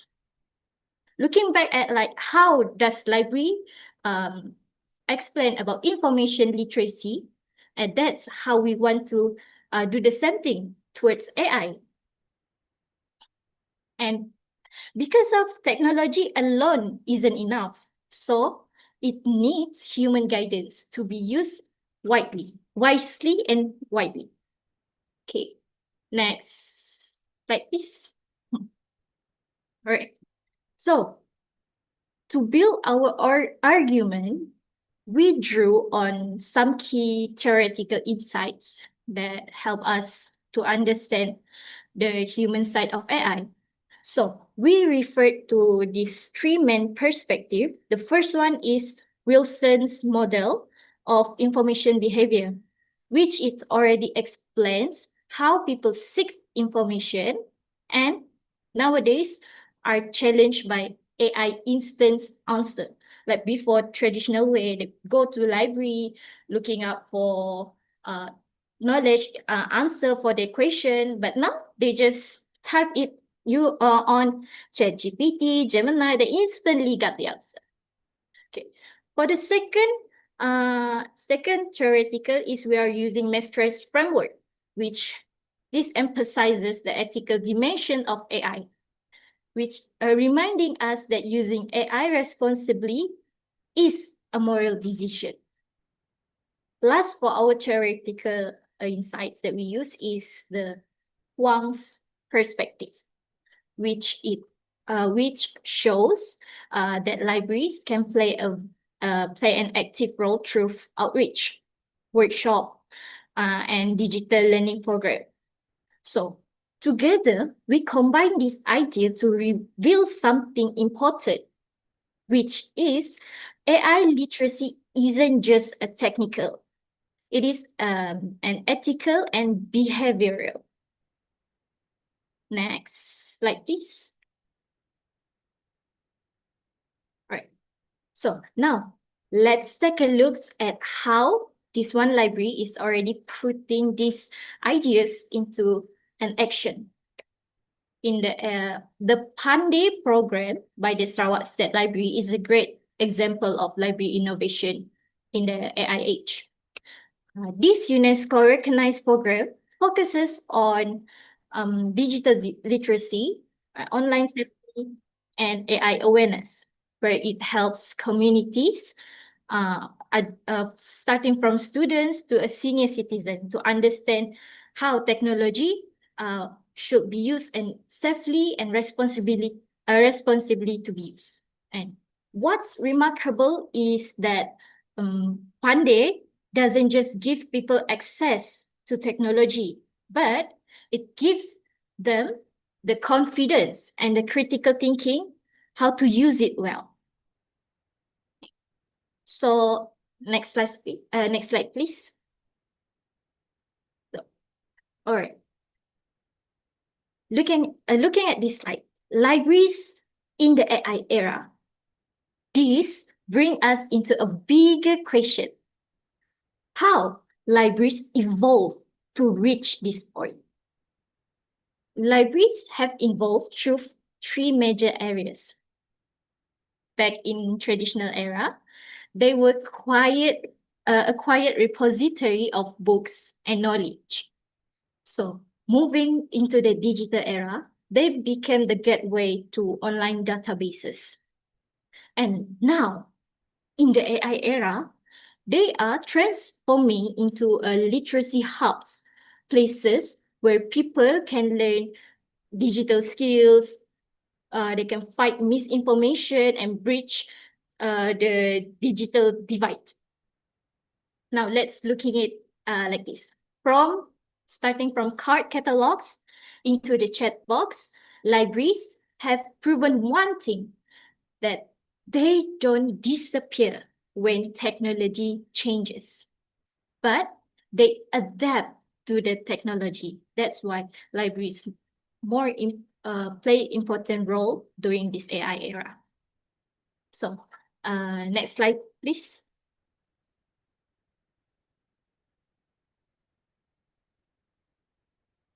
Next slide.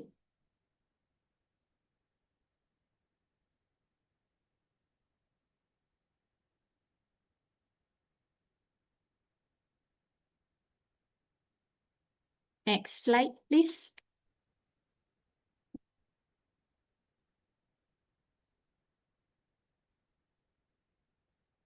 Apa, kejap ah.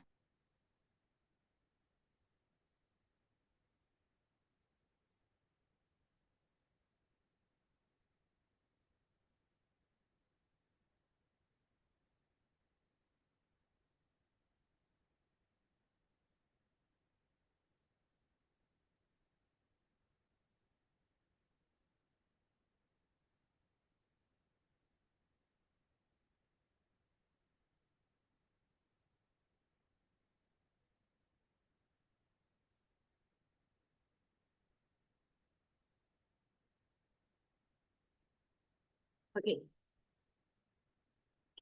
When we're looking back to something important, of course, when we play something important role, it always comes with challenges. So, of course, evolution never comes without challenges. From this, we see libraries face the real obstacles, such as outdated technology, limited budgets, and a shortage of AI-trained staff.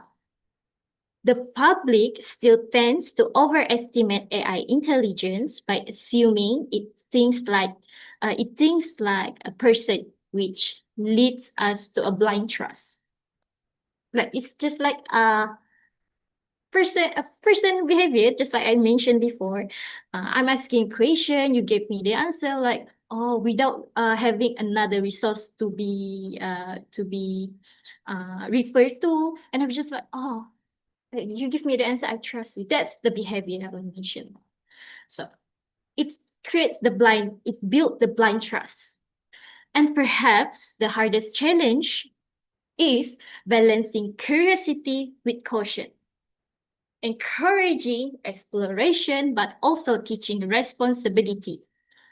So curiosity becomes informed and not dangerous. So next slide, please.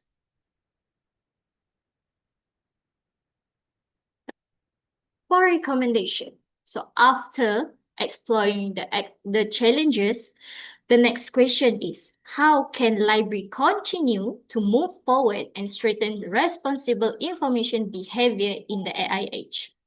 So From our paper, we identified several current practices that many libraries are already doing effectively.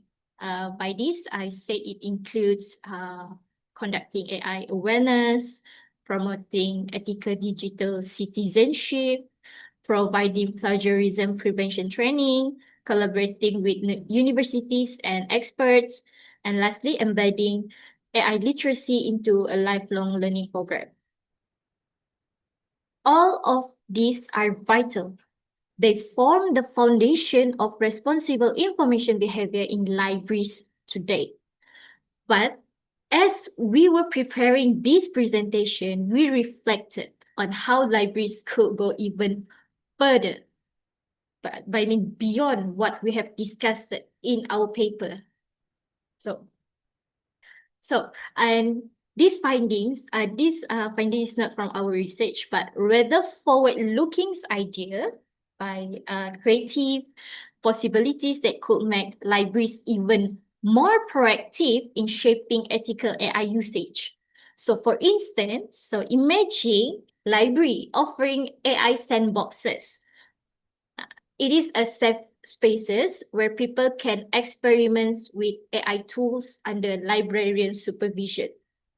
Or creating a community AI audit groups where citizens can discuss and evaluate how AI is used in local services. And the third one, maybe a library could also run AI bias awareness simulation, showing how AI unintentionally mislead or discriminate.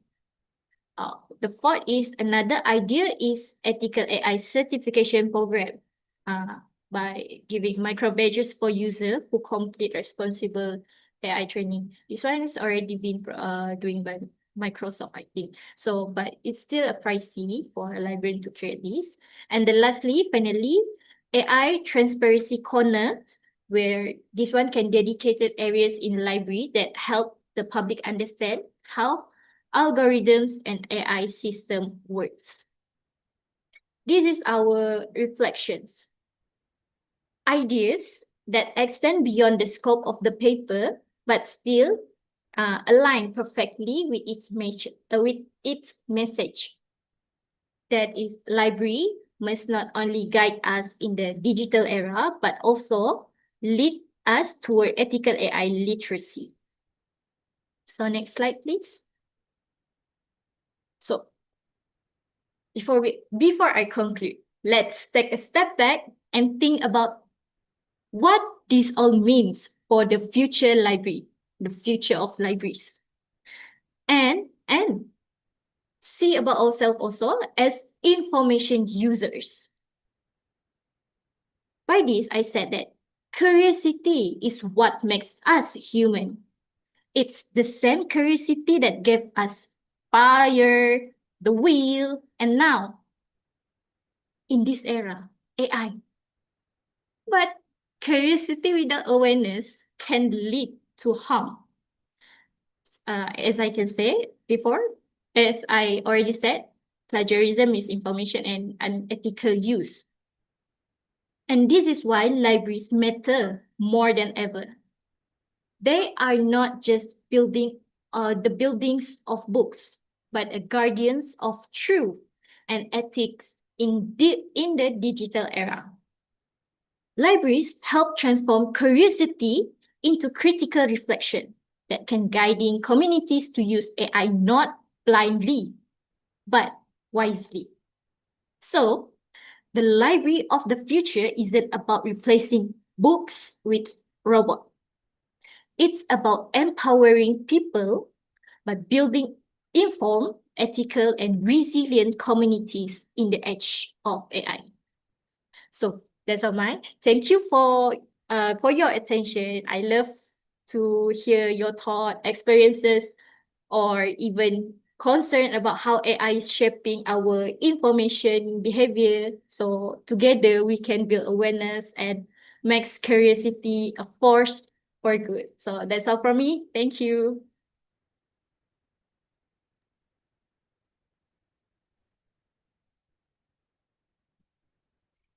Thank you very much to Nurhawani binti Reni, Nora Hisiafong, and Lilian Baunpulo for stepping in to deliver your presentation live. We truly appreciate your adaptability and insightful sharing despite the earlier technical challenges. Your presentation on fostering responsible information behavior through community outreach has offered valuable perspective and inspiration for us all. It is encouraging to see how libraries are embracing innovation and technology to remain relevant and responsive to user needs in a rapidly evolving world. A wonderful presentation indeed. Let's keep the energy going as we move on to the next paper. Our next paper promises to offer more fascinating insight into how libraries and community partners can collaborate for meaningful impact. The paper is titled Borneo Adventures, Citizen Science in Action Through NGO Library Partnerships for Advancing Sustainability and Inclusivity. It will be presented by Nur Farawahida Badrusham, Muhammad Faisal Hamzah, Cik Ramlah, Cik Jaafar, Afan Nasaruddin, and Munira Husna Muhammad Zaki. Please join me in welcoming our presenter to share their amazing work.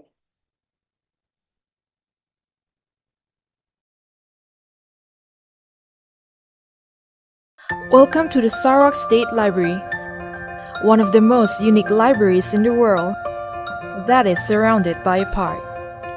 Whether you are in need of learning materials, reference material, conducive learning environment, the free Wi-Fi, a recreational place for you and your family, or if you're a fitness junkie and looking for a place to jog or work out, the Sarawak State Library got that covered for you.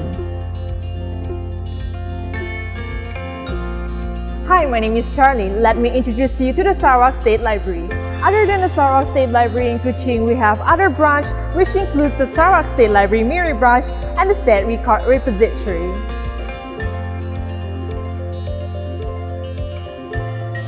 The State Library houses a variety of collection which includes the main collection, the reference, the special collections and electronic collections. The main collections include topics ranging from philosophy, religion, social sciences, languages, pure science, technology, art, literature, and history. We do have non-fictional collection to suit your leisure reading. Did I mention that we have newspaper that we update daily and are available in the newspaper room? No, we have that too. The reference material range from dictionaries, manuals, handbooks, encyclopedias, and atlases. The reference material can be identified from the red label at the spine of the book. These materials are only to be used in the library and not to be borrowed. Photostating is allowed. Simply purchase the photocopy card at the circulation counter level 1. The special collection consists of the Malaysiana collections and Sarakiana collections. To complete these, we have the collections suits. So, Marilyn, I think we would like to remind everyone to put their questions, okay, in the chat box, and then we will attend them as we do have a question and answer session after the fourth paper that will be presented after this. Okay, so don't forget to key in your questions or any sharing that you want to share with us here during SALCO 2025 under the sub-theme of community engagement.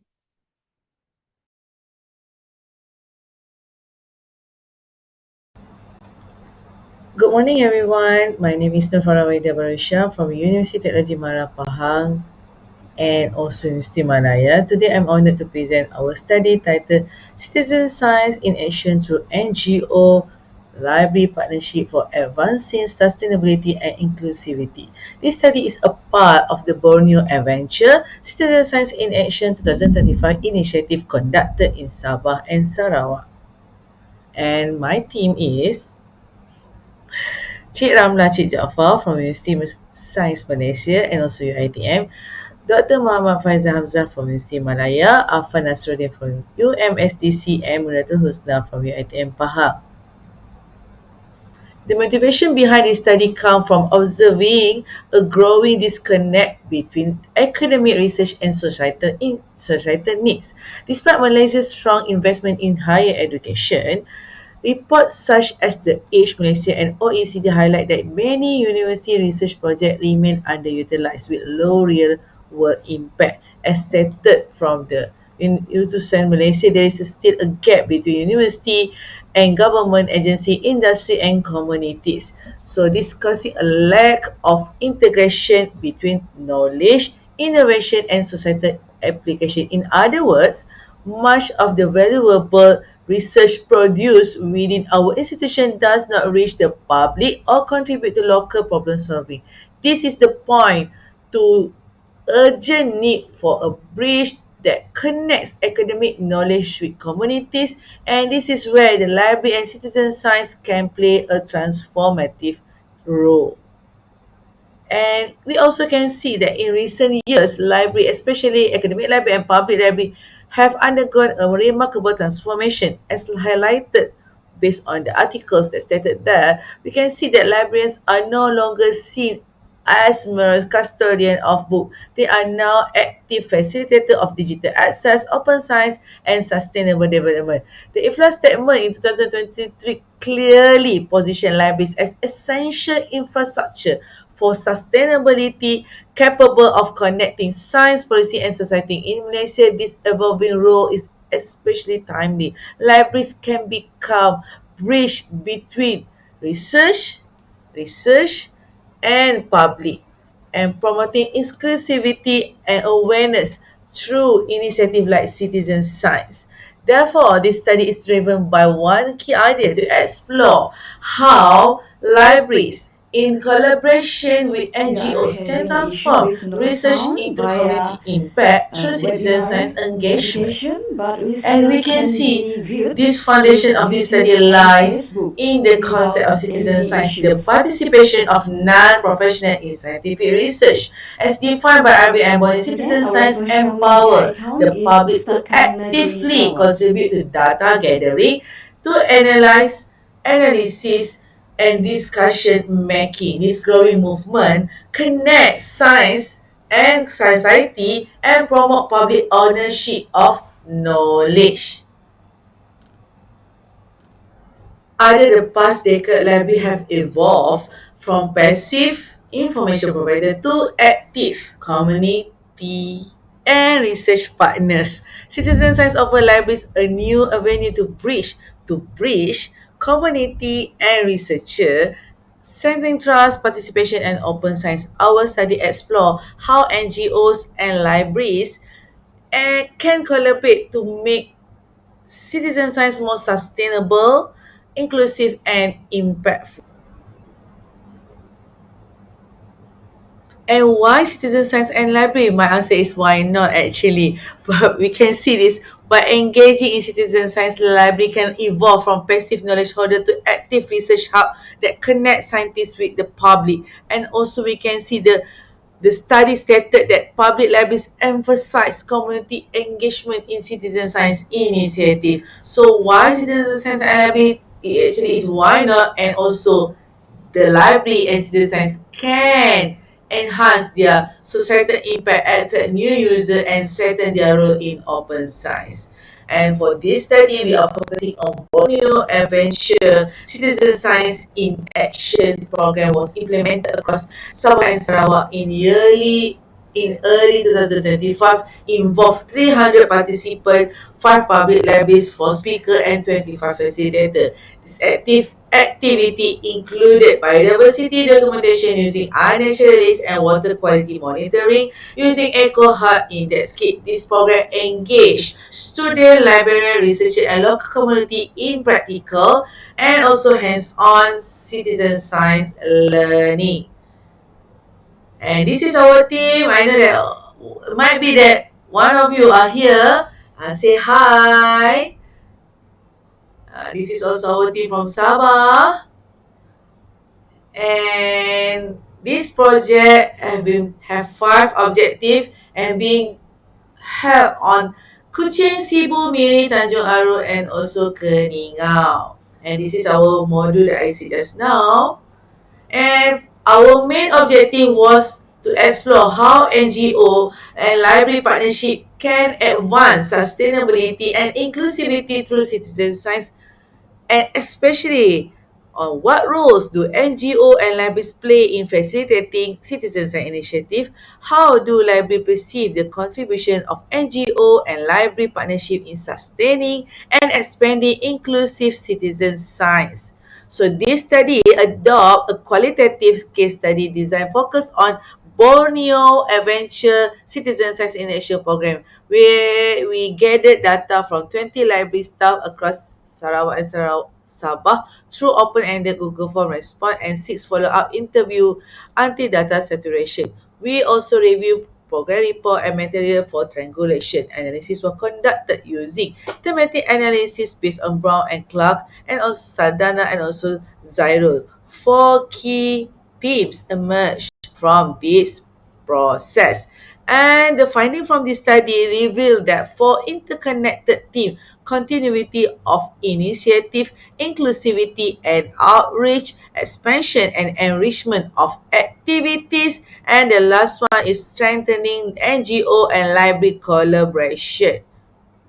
So we proceed to the findings. As we can see from the team 1, continuity of initiative that's mentioned participant or respondent from this study emphasize the need to hold the program annually to ensure long-term engagement. They said, please make it annually. This reflects a strong desire for continuity that institutionalized citizen science within library culture. And for the team 2, inclusivity and outreach, library staff highlighted the importance of reaching younger audience and rural community. There is one respondent said have session for younger participation age 7 to 12. This demonstrates the potential of libraries to bridge but geography and social gap in science participation.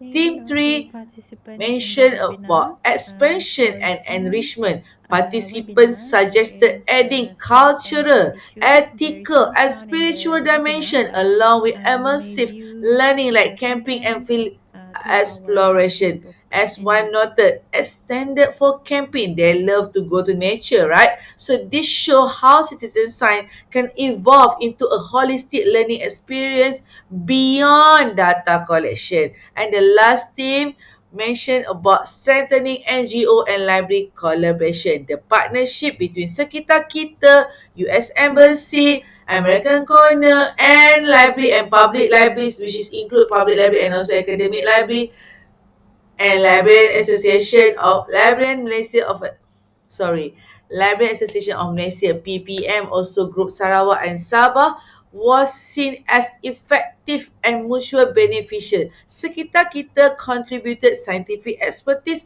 while libraries offered trusted community platform. As when we can see this partnership could be extended to other districts. So, can we discuss on this? From the finding, we can see that this finding highlight the pivotal role of NGO and library partnership in advancing sustainability and inclusivity through citizen science. First, continuity is essential. Library can ensure sustained engagement through regular programming. Second, inclusivity requires reaching rural and youth communities, addressing both social and geographic equity. Third, enrichment through cultural and experimental learning deepens the public connection to science. And lastly, collaboration between NGO and libraries offer a scalable model for sustainable community engagement. Together, we can see that this insight extends global discussion into Southeast Asian context where such empirical evidence is still emerging. And as a conclusion, This study demonstrates that NGO and library partnership are powerful enabler for sustainability, inclusivity, and community empowerment. Libraries act as trusted community connector, while NGOs serve as knowledge broker and technical expert. The partnership model can be institutionalized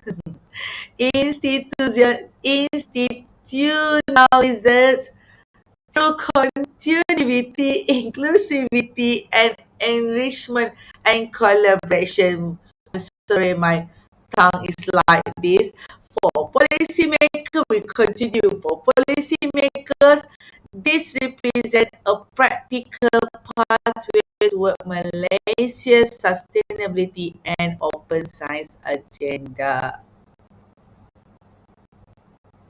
Last but not least, I would like to thank the Librarian Association of Malaysia, PPM, Group Sabah and Sarawak, Sekitar Kita, US Embassy Kuala Lumpur, American Corner, and all participating libraries in Sabah and Sarawak for their collaboration and trust. We still miss you and we hope to see you in other collaboration. Thank you so much for listening. I look forward to your question and potential collaboration. You can reach me at this email. Reach out and let's collaborate. Thank you.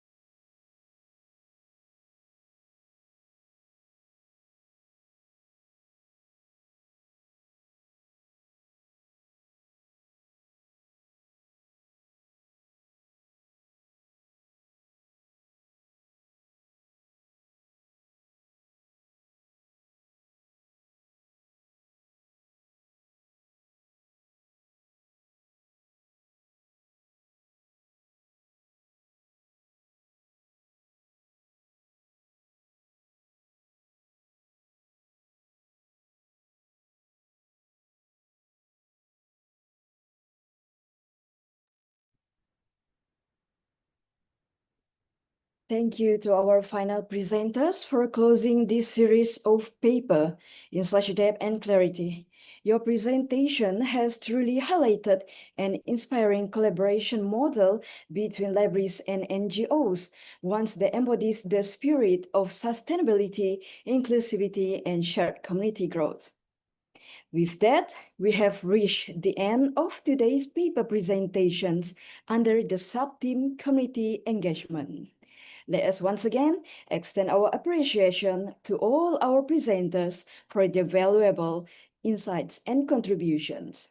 Let us carry this same spirit forward into tomorrow's new sub-theme, Innovation and Preservation, where we will continue to explore how libraries evolve through creativity while safeguarding our shared heritage. Yes, thank you very much to all our presenters for their inspiring and insightful presentations. We will now open the floor for our Q&A session.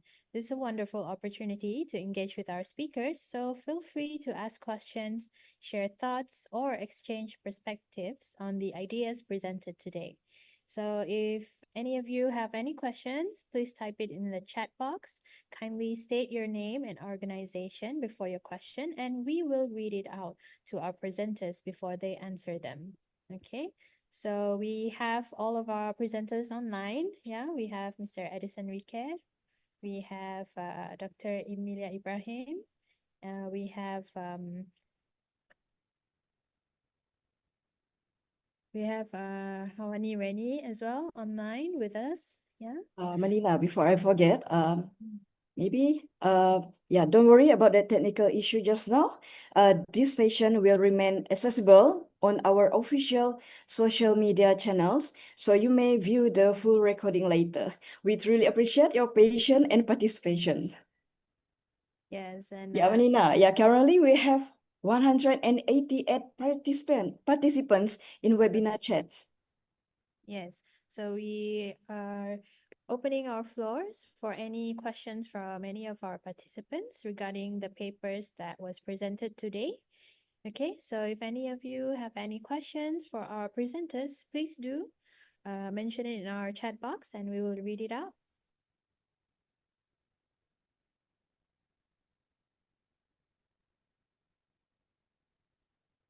Okay, any questions for our presenters today?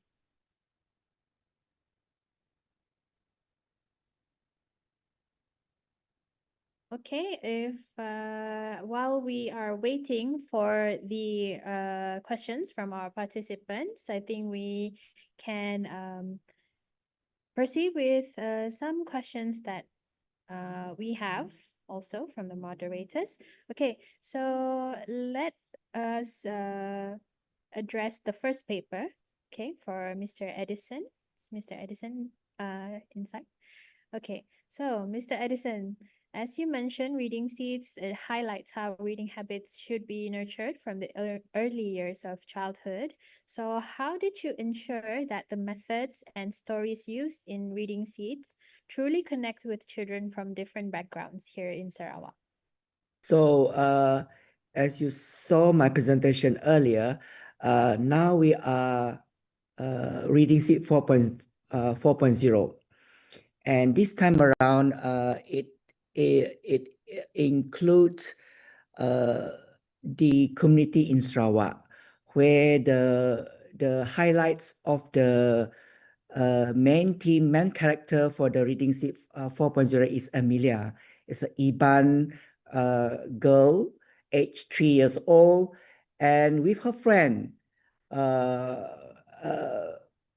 Indian, Malay, Kadazan, and also Orang Ulu, and Chinese. So we highlighted this character to highlight the diversity of our community. Apart from that, we also highlight the different houses. You know, as you aware that we have different type of houses that from different ethnic groups. And yesterday we have a very bad news, right? On Kampung Budaya, on a big fire. In this book, in this reading seed, we highlighted all the different ethnic in terms of their house, their clothing, even like Amelia. If you look at Amelia clothing, we highlighted the traditional Iban costume, and her friend using baju kurung, and the ethnic group from Chinese wearing the Chinese costume. So this shows the importance of unity, unity among our community, and we plan this not only early literacy, but we plan this awareness as early as possible. So this time around, as you see that we not only inculcate the early literacy, but we also inculcate the awareness of our community, that we have a diverse community in Sarawak. Yeah. And these programs is all for a baby born in Sarawak. Means that you can get the kids if you are if the baby born in Sarawakian, and you're able to enroll our online module via e-learning, Pandai e-learning, and you can enroll there and complete the module. Once you complete the module, you can show your certificate and claim at the distribution center in Pustaka Negeri Sarawak, Kuching, Sibu, and Miri. Very wonderful initiative indeed. And it highlights how even with the diverse ethnicity that we have in Sarawak, we are all one in the mission to have the reading habits inculcated among ourselves. All right, so thank you, Mr. Edison. So next question, Marilyn. I'm gonna go with the first question from the Zoom. It's from Adeline Sophia Ho. The question goes like this. Hello, in regards to AI, How do you foresee AI reshaping the core identity and purpose of libraries beyond just automation?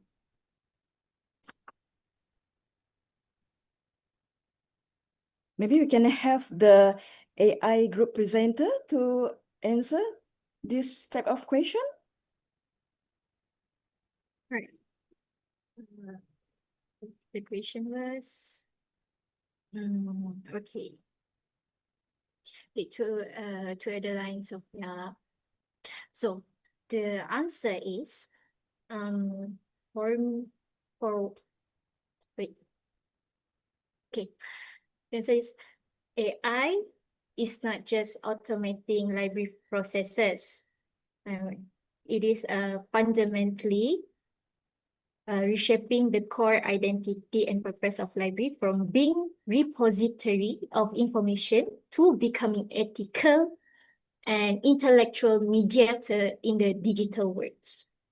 So let's see. Traditionally, library preserve and provide access to knowledge. With AI, their mission expand. They now can guide users interpreting, evaluating, and questioning machine-generated information. So these position libraries are as a critical spaces of reflection where technology is used not to only find answer, but to nurture understanding, creativity, and ethical awareness. So AI also allows library to personalize services, predict users' need, and enhance the discovery through data analytics. So, and yet, what makes libraries unique isn't automation. It's their human-centered values, such as privacy, equity, intellectual freedom, and the truth.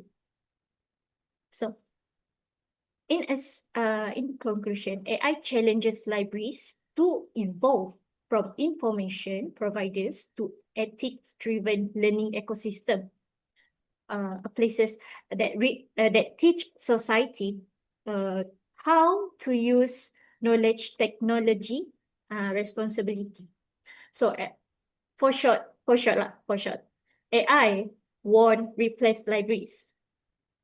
It will redefine them. So, libraries will move beyond managing information to managing meaning.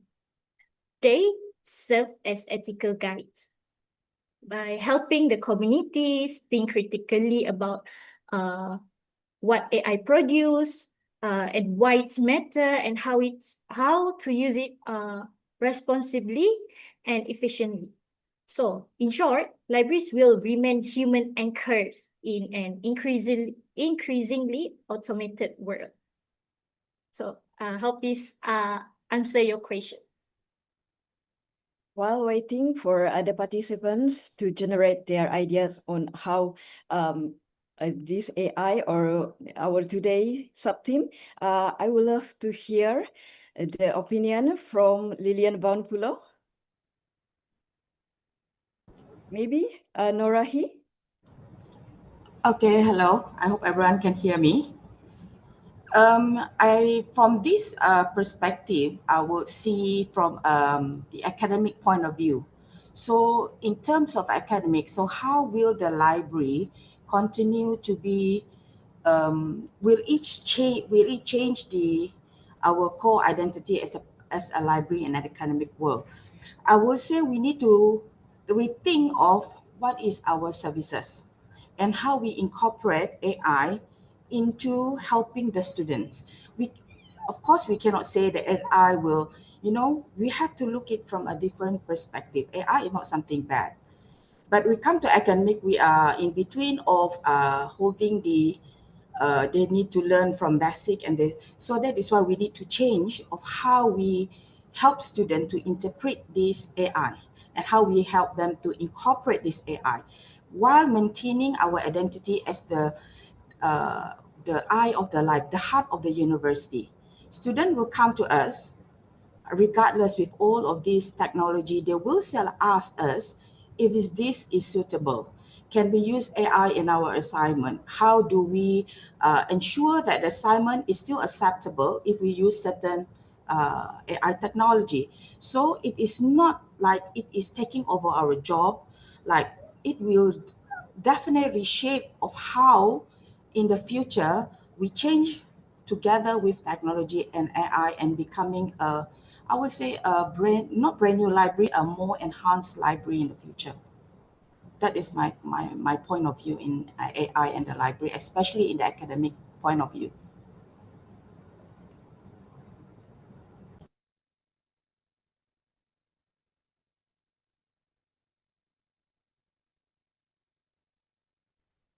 Maybe I can ask Lilian Bonpulo, what's your expectation towards AI for a librarianship?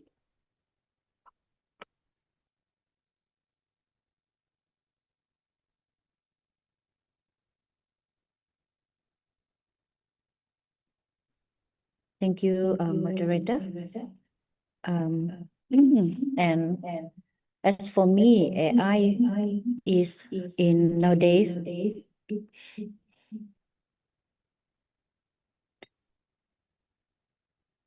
for the library perspective. Of course, it is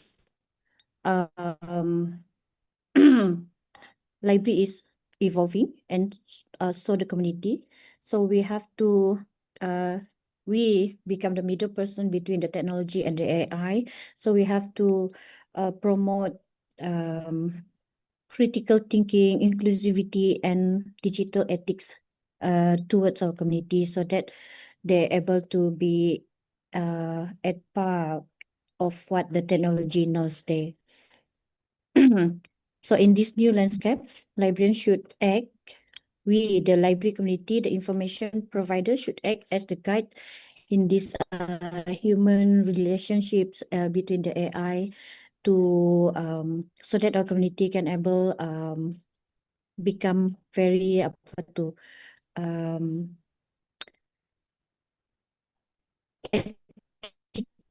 ethical user towards the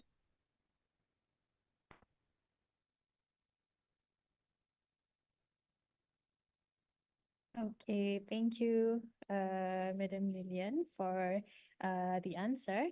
Yes, I think all of us librarians right now have the responsibility to rethink how to use AI as a crutch, not necessarily replacing us, but as a tool, a powerful tool that we can use in our daily lives, right? So let's continue on to the next question.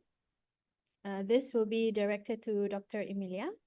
Okay, so Dr. Emilia, inclusivity can mean different things to different communities, and as librarians, we want people to come to our libraries and make full use of the resources we provide. But to do that, we often have to cater to their unique interests and needs. So that's why libraries nowadays, they have different programs that caters to those, and it might not necessarily stay true to our initial, the main role of us as a library. So how can libraries strike the right balance between being responsive to the communities and get their engagement while still staying true to our core mission and identity as a library? Okay, can you hear me? Okay, thank you, Amanina. Actually, yeah, the issue about balance is something quite, how do I say, difficult to find, where we say that we are catering to individuals' needs, and at the same time, we want to maintain roles and policies that we have. But basically, in today's environment, we can actually see we are actually doing, even libraries or even academics environment, we actually go for user-centric. So we can actually, perhaps, library has to have some elements where you can have a flexible activities that can be changed based on users' needs or based on users' requests. But at the same time, you maintain and you try to, by giving them what they want, at the same time, you attract them to actually utilize what you already have. Because I believe that, for example, if we do like outreach program, yes, we do like fun activities, we do something that our users might want or might like, but at the same time, we tell them that, okay, on top of this, we have something better that we already prepared and we already have in our library. So it means that we give them a bit of what they really want. At the same time, we strengthen what we already have and actually promote to them, to the users, of how to actually use things that you already prepare for them. Because sometimes users, they think that they want certain things, but actually they might, you can offer them something better. Kan? Because kalau kata me as a user or even like my students as a user, oh madam, yang ni susah nak cari, ini susah nak dapat. But then if we say, okay, perhaps you do it this way, but at the same time, why don't you try and ask like the librarian, or why don't you try and utilize the online database or something that the library already have, but they are not aware of? Would that be an answer? Yes, yes, that's a brilliant answer. And yes, I do agree that we as librarians have to be a step forward from our users and know what they need before they even know what they need. Right? Okay, so thank you, Dr. Emilia. We have another question here from Cik Haja Salina. Okay, so the question is, in your opinion, what challenges still hinder inclusivity in libraries today and how can they be addressed? Okay, thank you, Haja Salina. I think at the moment, of course, if we talk about like Malaysian environment, financial would be one challenge. And then I think the second challenge that libraries can overcome, and I think most libraries actually have actually working towards that, is actually when we say about understanding your users. So we need to actually, if we have like more and more younger users, younger generations of users, we need people who can understand them. To ensure inclusivity, it means that we need people who can understand the group of users and how to actually serve them better.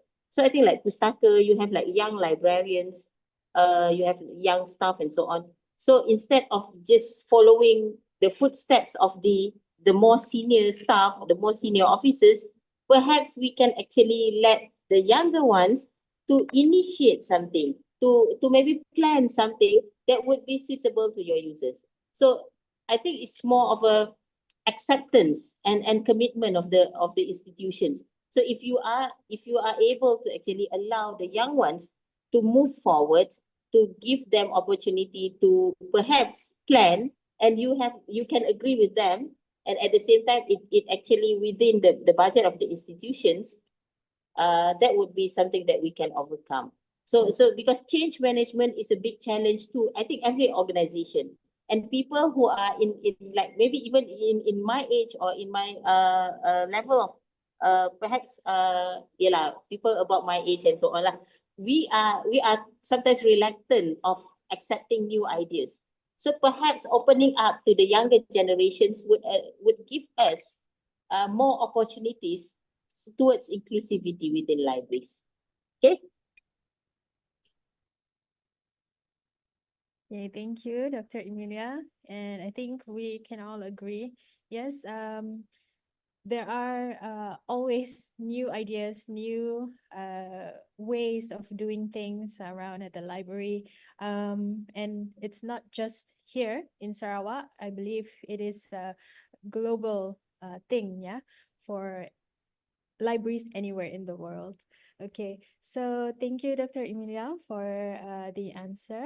Okay, hope that answers the question that was posed. Okay, so now we have another question for paper 4. So we would like to invite anyone from the paper 4 presenter, Farah Wahida, Muhammad Faisal Hamzah, Cik Ramla, Cik Jaafar, Afan, Nasaruddin or Muniratul Husna to answer this question. Okay, so the question is, since citizen science and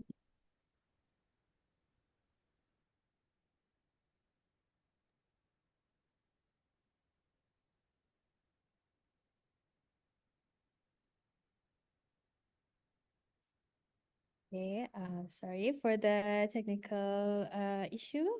Maybe we can get another account to help answer this, yeah? Okay, so the question is, so since the programs that we have in the library relies heavily on collaboration and trust between communities and NGOs and other collaborative partners, from the experience with Borneo Adventures, what were some of the key challenges or breakthroughs in getting the public to be genuinely involved, not just as participants, but as active contributors to sustainability and inclusivity? So can any one of the paper 4 presenter to answer?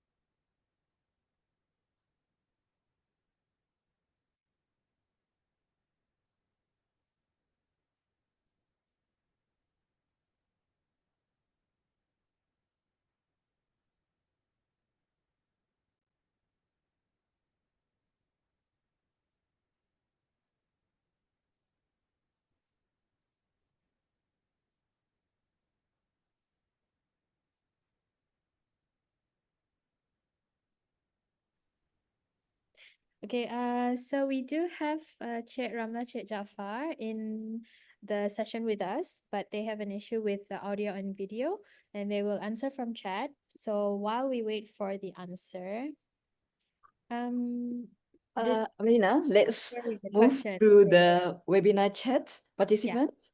Yeah, while waiting for the rest. Okay, it's from Mr. Ahmad Samsudin. Yeah. Okay, how AI helps librarians make the library more visible to patrons.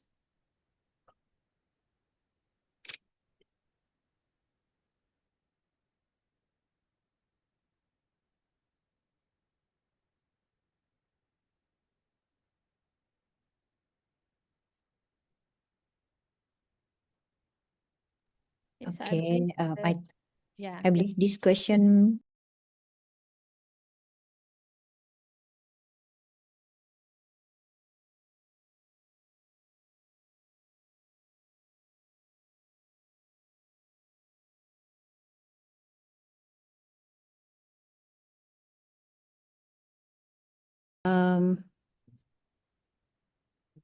first of all, for example, in terms of marketing, we can see that there are a lot of AI that available now.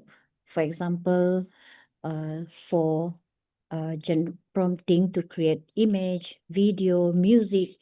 Maybe we can we can use that platform for us to create something promotional content that we can use to share to share the information that we have in the library for the community, not only regarding the books that we have, but also maybe the content for the books. And it is also one opportunity for us to improve our skills so that we can make use whatever platform AI that available to learn and to share the information that we have. We can use this platform as a marketing, but of course, when we have this AI in our librarian, for sure we can, for example, we can identify the what is that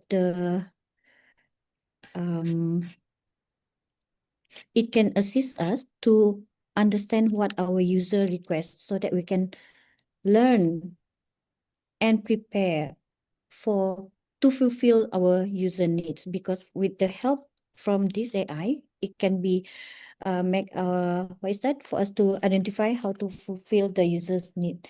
And then a part of that also, yeah, maybe we can think that AI might be replace librarian, but AI doesn't replace librarian. It is what is that? We can use this AI to outreach more people and for better impact. That is from my point of view for this question. Let me add on a little bit to Puan Lidin. So, to Cik Ahmad Samsudin, thank you for the question. So, AI helps librarians makes library more visible and more accessible and relevant to patrons by transforming how services are delivered and promoted. I should have said this. Yesterday, I just see a promotional video from Pustaka Negeri Sarawak are using AI for the future next program, which is Sarawak Canal. Yeah, Festival Sarawak Program, right? A festival, right? So that's how you make AI more visible to your patrons. They saw your promotion and promote your programs by using AI. You combine your creativity and you doing prompt AI and AI that's help you enhance user engagement. Use the personalization, you create the algorithm, like you use just like how people online have done it, and you put it in your organization. That's how patrons can see how libraries implement AI in their services. I would like to include add on. Pustaka Negara do have what we call Pandai e-learning platform, and we are towards AI, where we allow the public, the community, or department who have modules that they would like to be included in the e-learning platform, where we allow them to use our platform for free. And this platform is soon to be, I think, AI assisted course builder. For example, you are doing a module on cake lapis.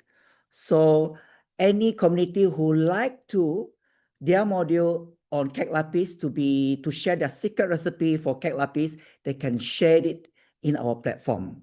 And this is very AI assisted, where it's very convenient. People, public or community can request through prompt and to create their course through the e-learning platform.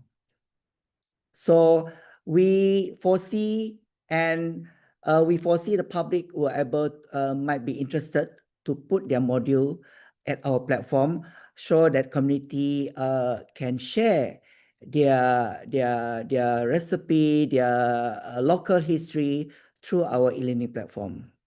Yeah, and I believe this is the first e-learning platform that in a library that provide e-learning platform for the library patron. I think this is one of the elements that allow patron to utilize the AI technology in the e-learning platform. Yes, thank you, Mr. Edison, for the additional elaboration on AI. Okay, so yes, we do currently have products and programs that we are utilizing AI as well. So the main thing with AI, I think, is that we have to use it ethically and the correct way, right? So I believe everyone do know the risk, but also the pros of using AIs. Yeah. Okay. So we do have the answer from Cik Ramla, Cik Jaafar. okay, in the chat. So their main challenge during program would be to get participants involved, since citizen science is quite new in library, and then to have main involvement from them. This is because after the session end, the data is collected, is still going on, and we need to make sure participants still active in contributing the data in iNaturalist. And then to assess the validity of the data, since it comes from various background of participants. So at this stage, they need to carefully assess the data and refer to the field experts if necessary. Okay, so these are their main challenges during their program, which is citizen science. Okay, so thank you. Yeah, thank you to Cik Ramla, Cik Jafar as well for answering the questions. Any more from Marilyn? Yeah. Yes, I do have a question for paper 4 presenters in the perspective of lesson learned and future direction. Okay. What were the most important lessons learned from implementing this NGO library partnership?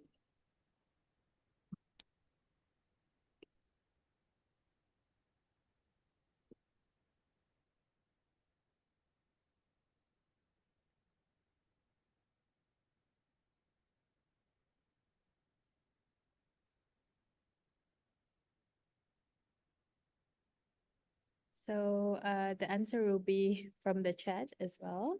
Okay, so we encourage anyone else to share any questions that they have, okay, while we still have the presenters for our day 1 of Salco, okay, today with the sub-theme community engagement. Please do share any questions or any sharing from your side while we still have the presenters with us today, okay.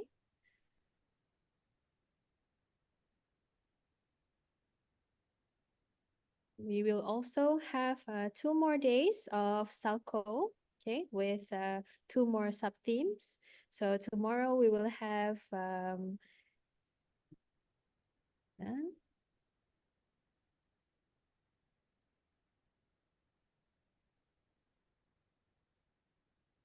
so tomorrow we have innovation and preservation sub-theme for day 2, and then for day 3 we have digital inclusion and sustainability.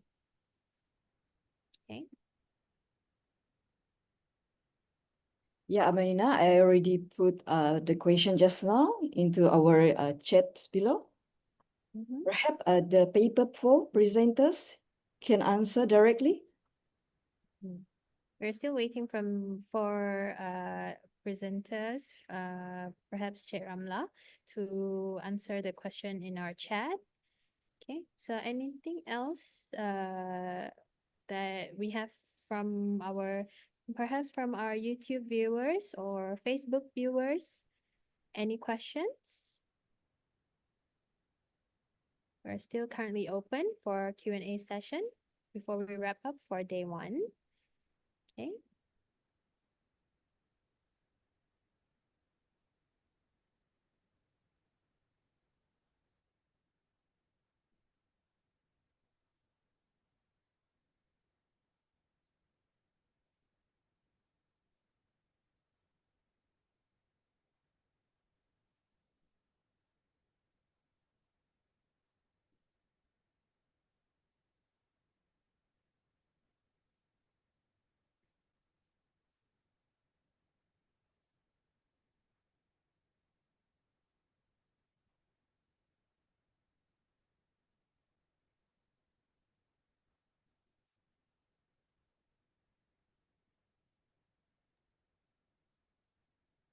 Okay, while we wait for the response, anything else that our presenters would like to share while we wait?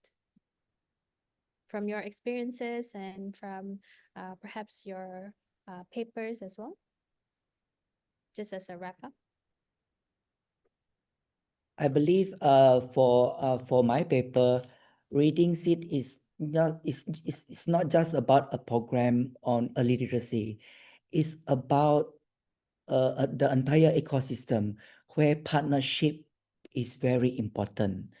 SDG 17 did highlight that partnership, that we cannot work alone in order to achieve the reading nation for Malaysia. So we work with uh, doctors, early child expert, community leaders, teachers, nurses, even community library, village library, in order for us to reach out the state of Sarawak. So it's very important that we need to work together in order to achieve the reading nation. And in order to achieve that, everyone need to play an important role, where it be the library, the community, the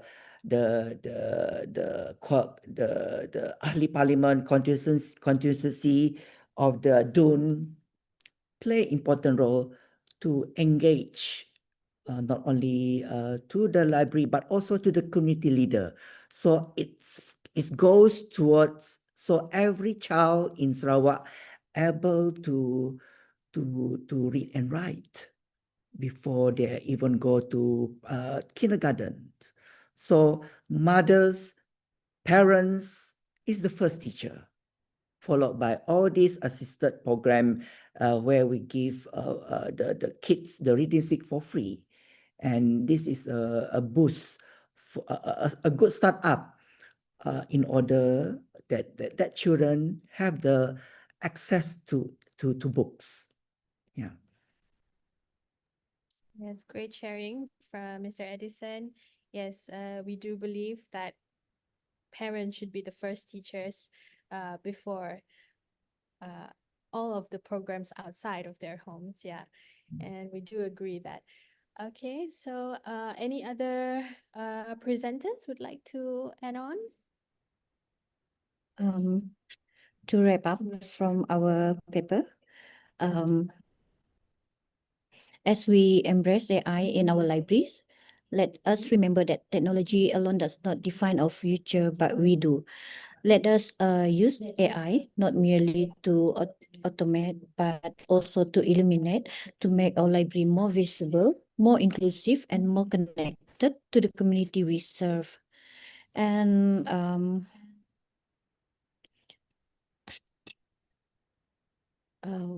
let us, fellow librarians, to explore, collaborate, and innovate, and make use AI to tell our story better, to reach those who never step inside our library, and ensure that every citizen, regardless of any background, can benefit from the knowledge we preserve and share. The future library isn't just smart, but it is human at its core, empowered by the intelligent tools. All right, that is from me.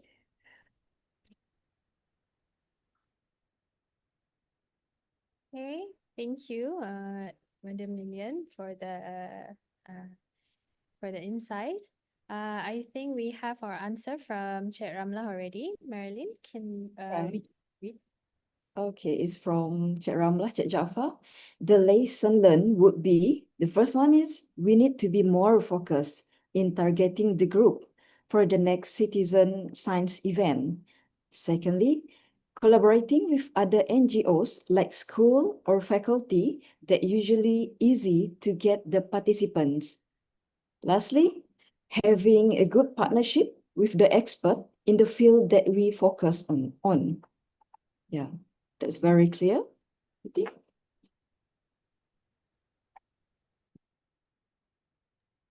Yes, thank you very much to Cik Ramla for the answer. And I think we can wrap up our session today. Yeah. So, ladies and gentlemen, as we close the first day of our colloquium under the theme Community Engagement, we are reminded that libraries are catalysts for transformation, spaces where knowledge and compassion meet. Through today's papers, we've seen how engagement takes in many forms: literacy outreach, citizen science, cultural inclusion, and shared learning. All these remind us that the library's mission extends beyond its walls, reaching into the very heart of the community it serves. Okay, Marilyn? Okay, before that, I also received from Hawani Rainy just now. It's true that technology can give us answers, but the only thing is only curiosity and ethics can teach us what to ask. Yeah, that's the closing quote. Right? Okay, we extend our heartfelt thanks to all presenters for today for their contribution and attention for their insightful question. Okay, we hope to sustain today's momentum and inspiration we have gained throughout our discussion on community engagement as we move on to tomorrow's exciting sub-theme, innovation and preservation. On that note, we now hand the session back to our MC, Mr. Farhan.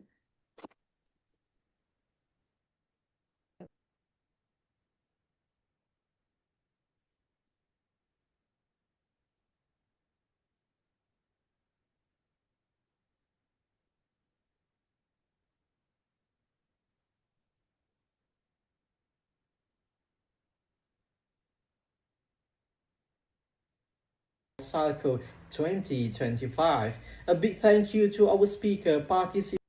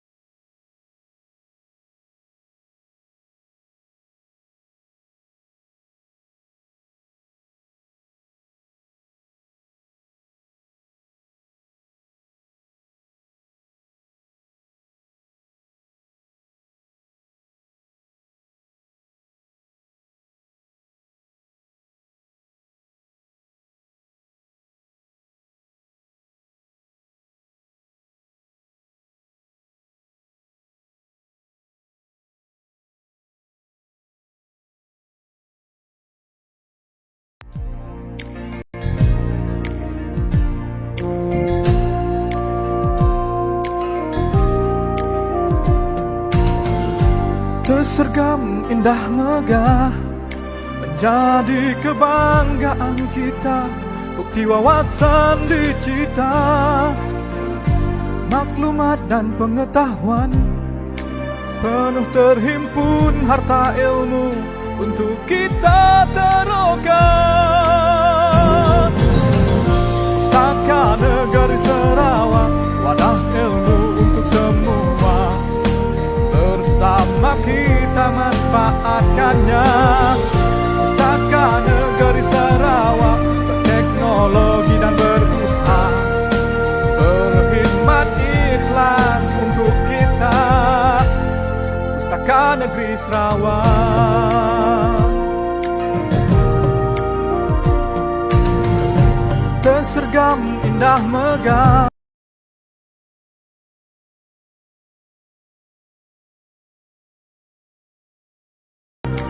menjadi kebanggaan kita,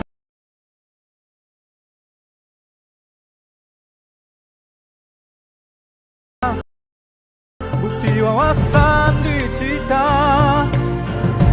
maklumat dan pengetahuan, penuh terhimpun harta ilmu untuk kita taroka. Pustaka Negeri Sarawak, wadah ilmu